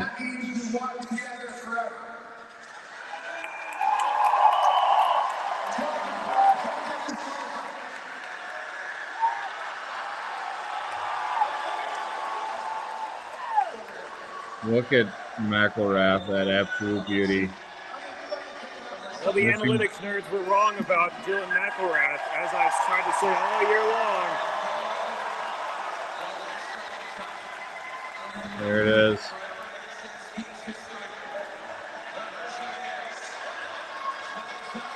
Well, it's official now. They're lifting the cup, man.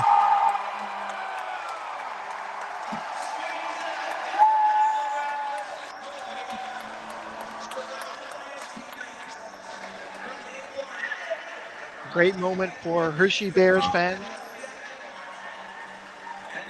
They're sweeter by the dozen for sure. The W to end all W's. Game Corey, 7. final thoughts before we sign off here for the final time here tonight. I'm a happy camper, man. I have no words, but I love the Bears, man. I'm so happy. This is a dream come true. This group deserved it. One of a kind. I love it. I have no words. Other than to just go, like they were doing down there. For sure. Guys. Corey, I'm sure we'll be seeing you next episode as we kind of recount for the final time. But you enjoyed the after party, buddy. Will do. Thanks, guys. Enjoy it, Corey. And that's it. That is the An extended summer. 22-23 hockey season right there. Yep, it's the same short summer, but the prize is a whole lot sweeter. Closing thoughts, Andrew, before we let you go. I'm tired. It's from October to July, now 22nd. Here, this is what it's all about, man. It's been a wild ride from beginning to end, and nights like this are what it's all about. You know, Corey. It's not even going to sink in for him for a couple more. Like, I was there last year on the beat. I'm not even a rabid fan like he is, and for me, it took a while for it to settle in and for everything to kind of the reality to really hit you. But you know, you can't say enough about all the incredible work that these guys put in order to reach the summit here. Hershey and Coachella, man, it was a coin flip to really get it here to decide a winner.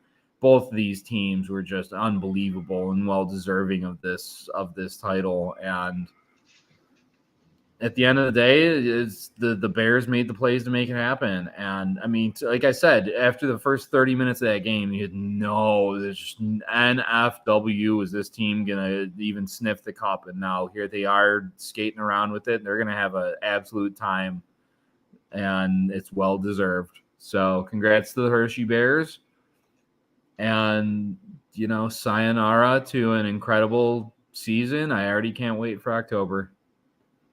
Me as well. Well, that is going to do it for us here at the Holy Grail. If you'd like to see or hear more of us, please subscribe to our YouTube or wherever you listen to your favorite podcasts. You can also check us out on fieldpasshockey.com, where we have lots of other podcasts. Matthew Harding and Jason Miles, they break down the ECHL's Wichita Thunder and their legendary players. Syracuse Speaks with Alexander Ackerman, who recounted the Calder Cup playoffs for the Syracuse Crunch. And you can check that out on the Field Pass Hockey app as well. On behalf of myself and Andrew Rinaldi, I want to thank you so much for tuning in, and we'll see you when we see you next time. This has been the Holy Grail Podcast. Have a question or a topic suggestion? Hit us up on Twitter or drop us an email. For the latest news across the American Hockey League and the rest of minor league hockey, download the Field Pass Hockey app, now available in the Apple and Android app stores.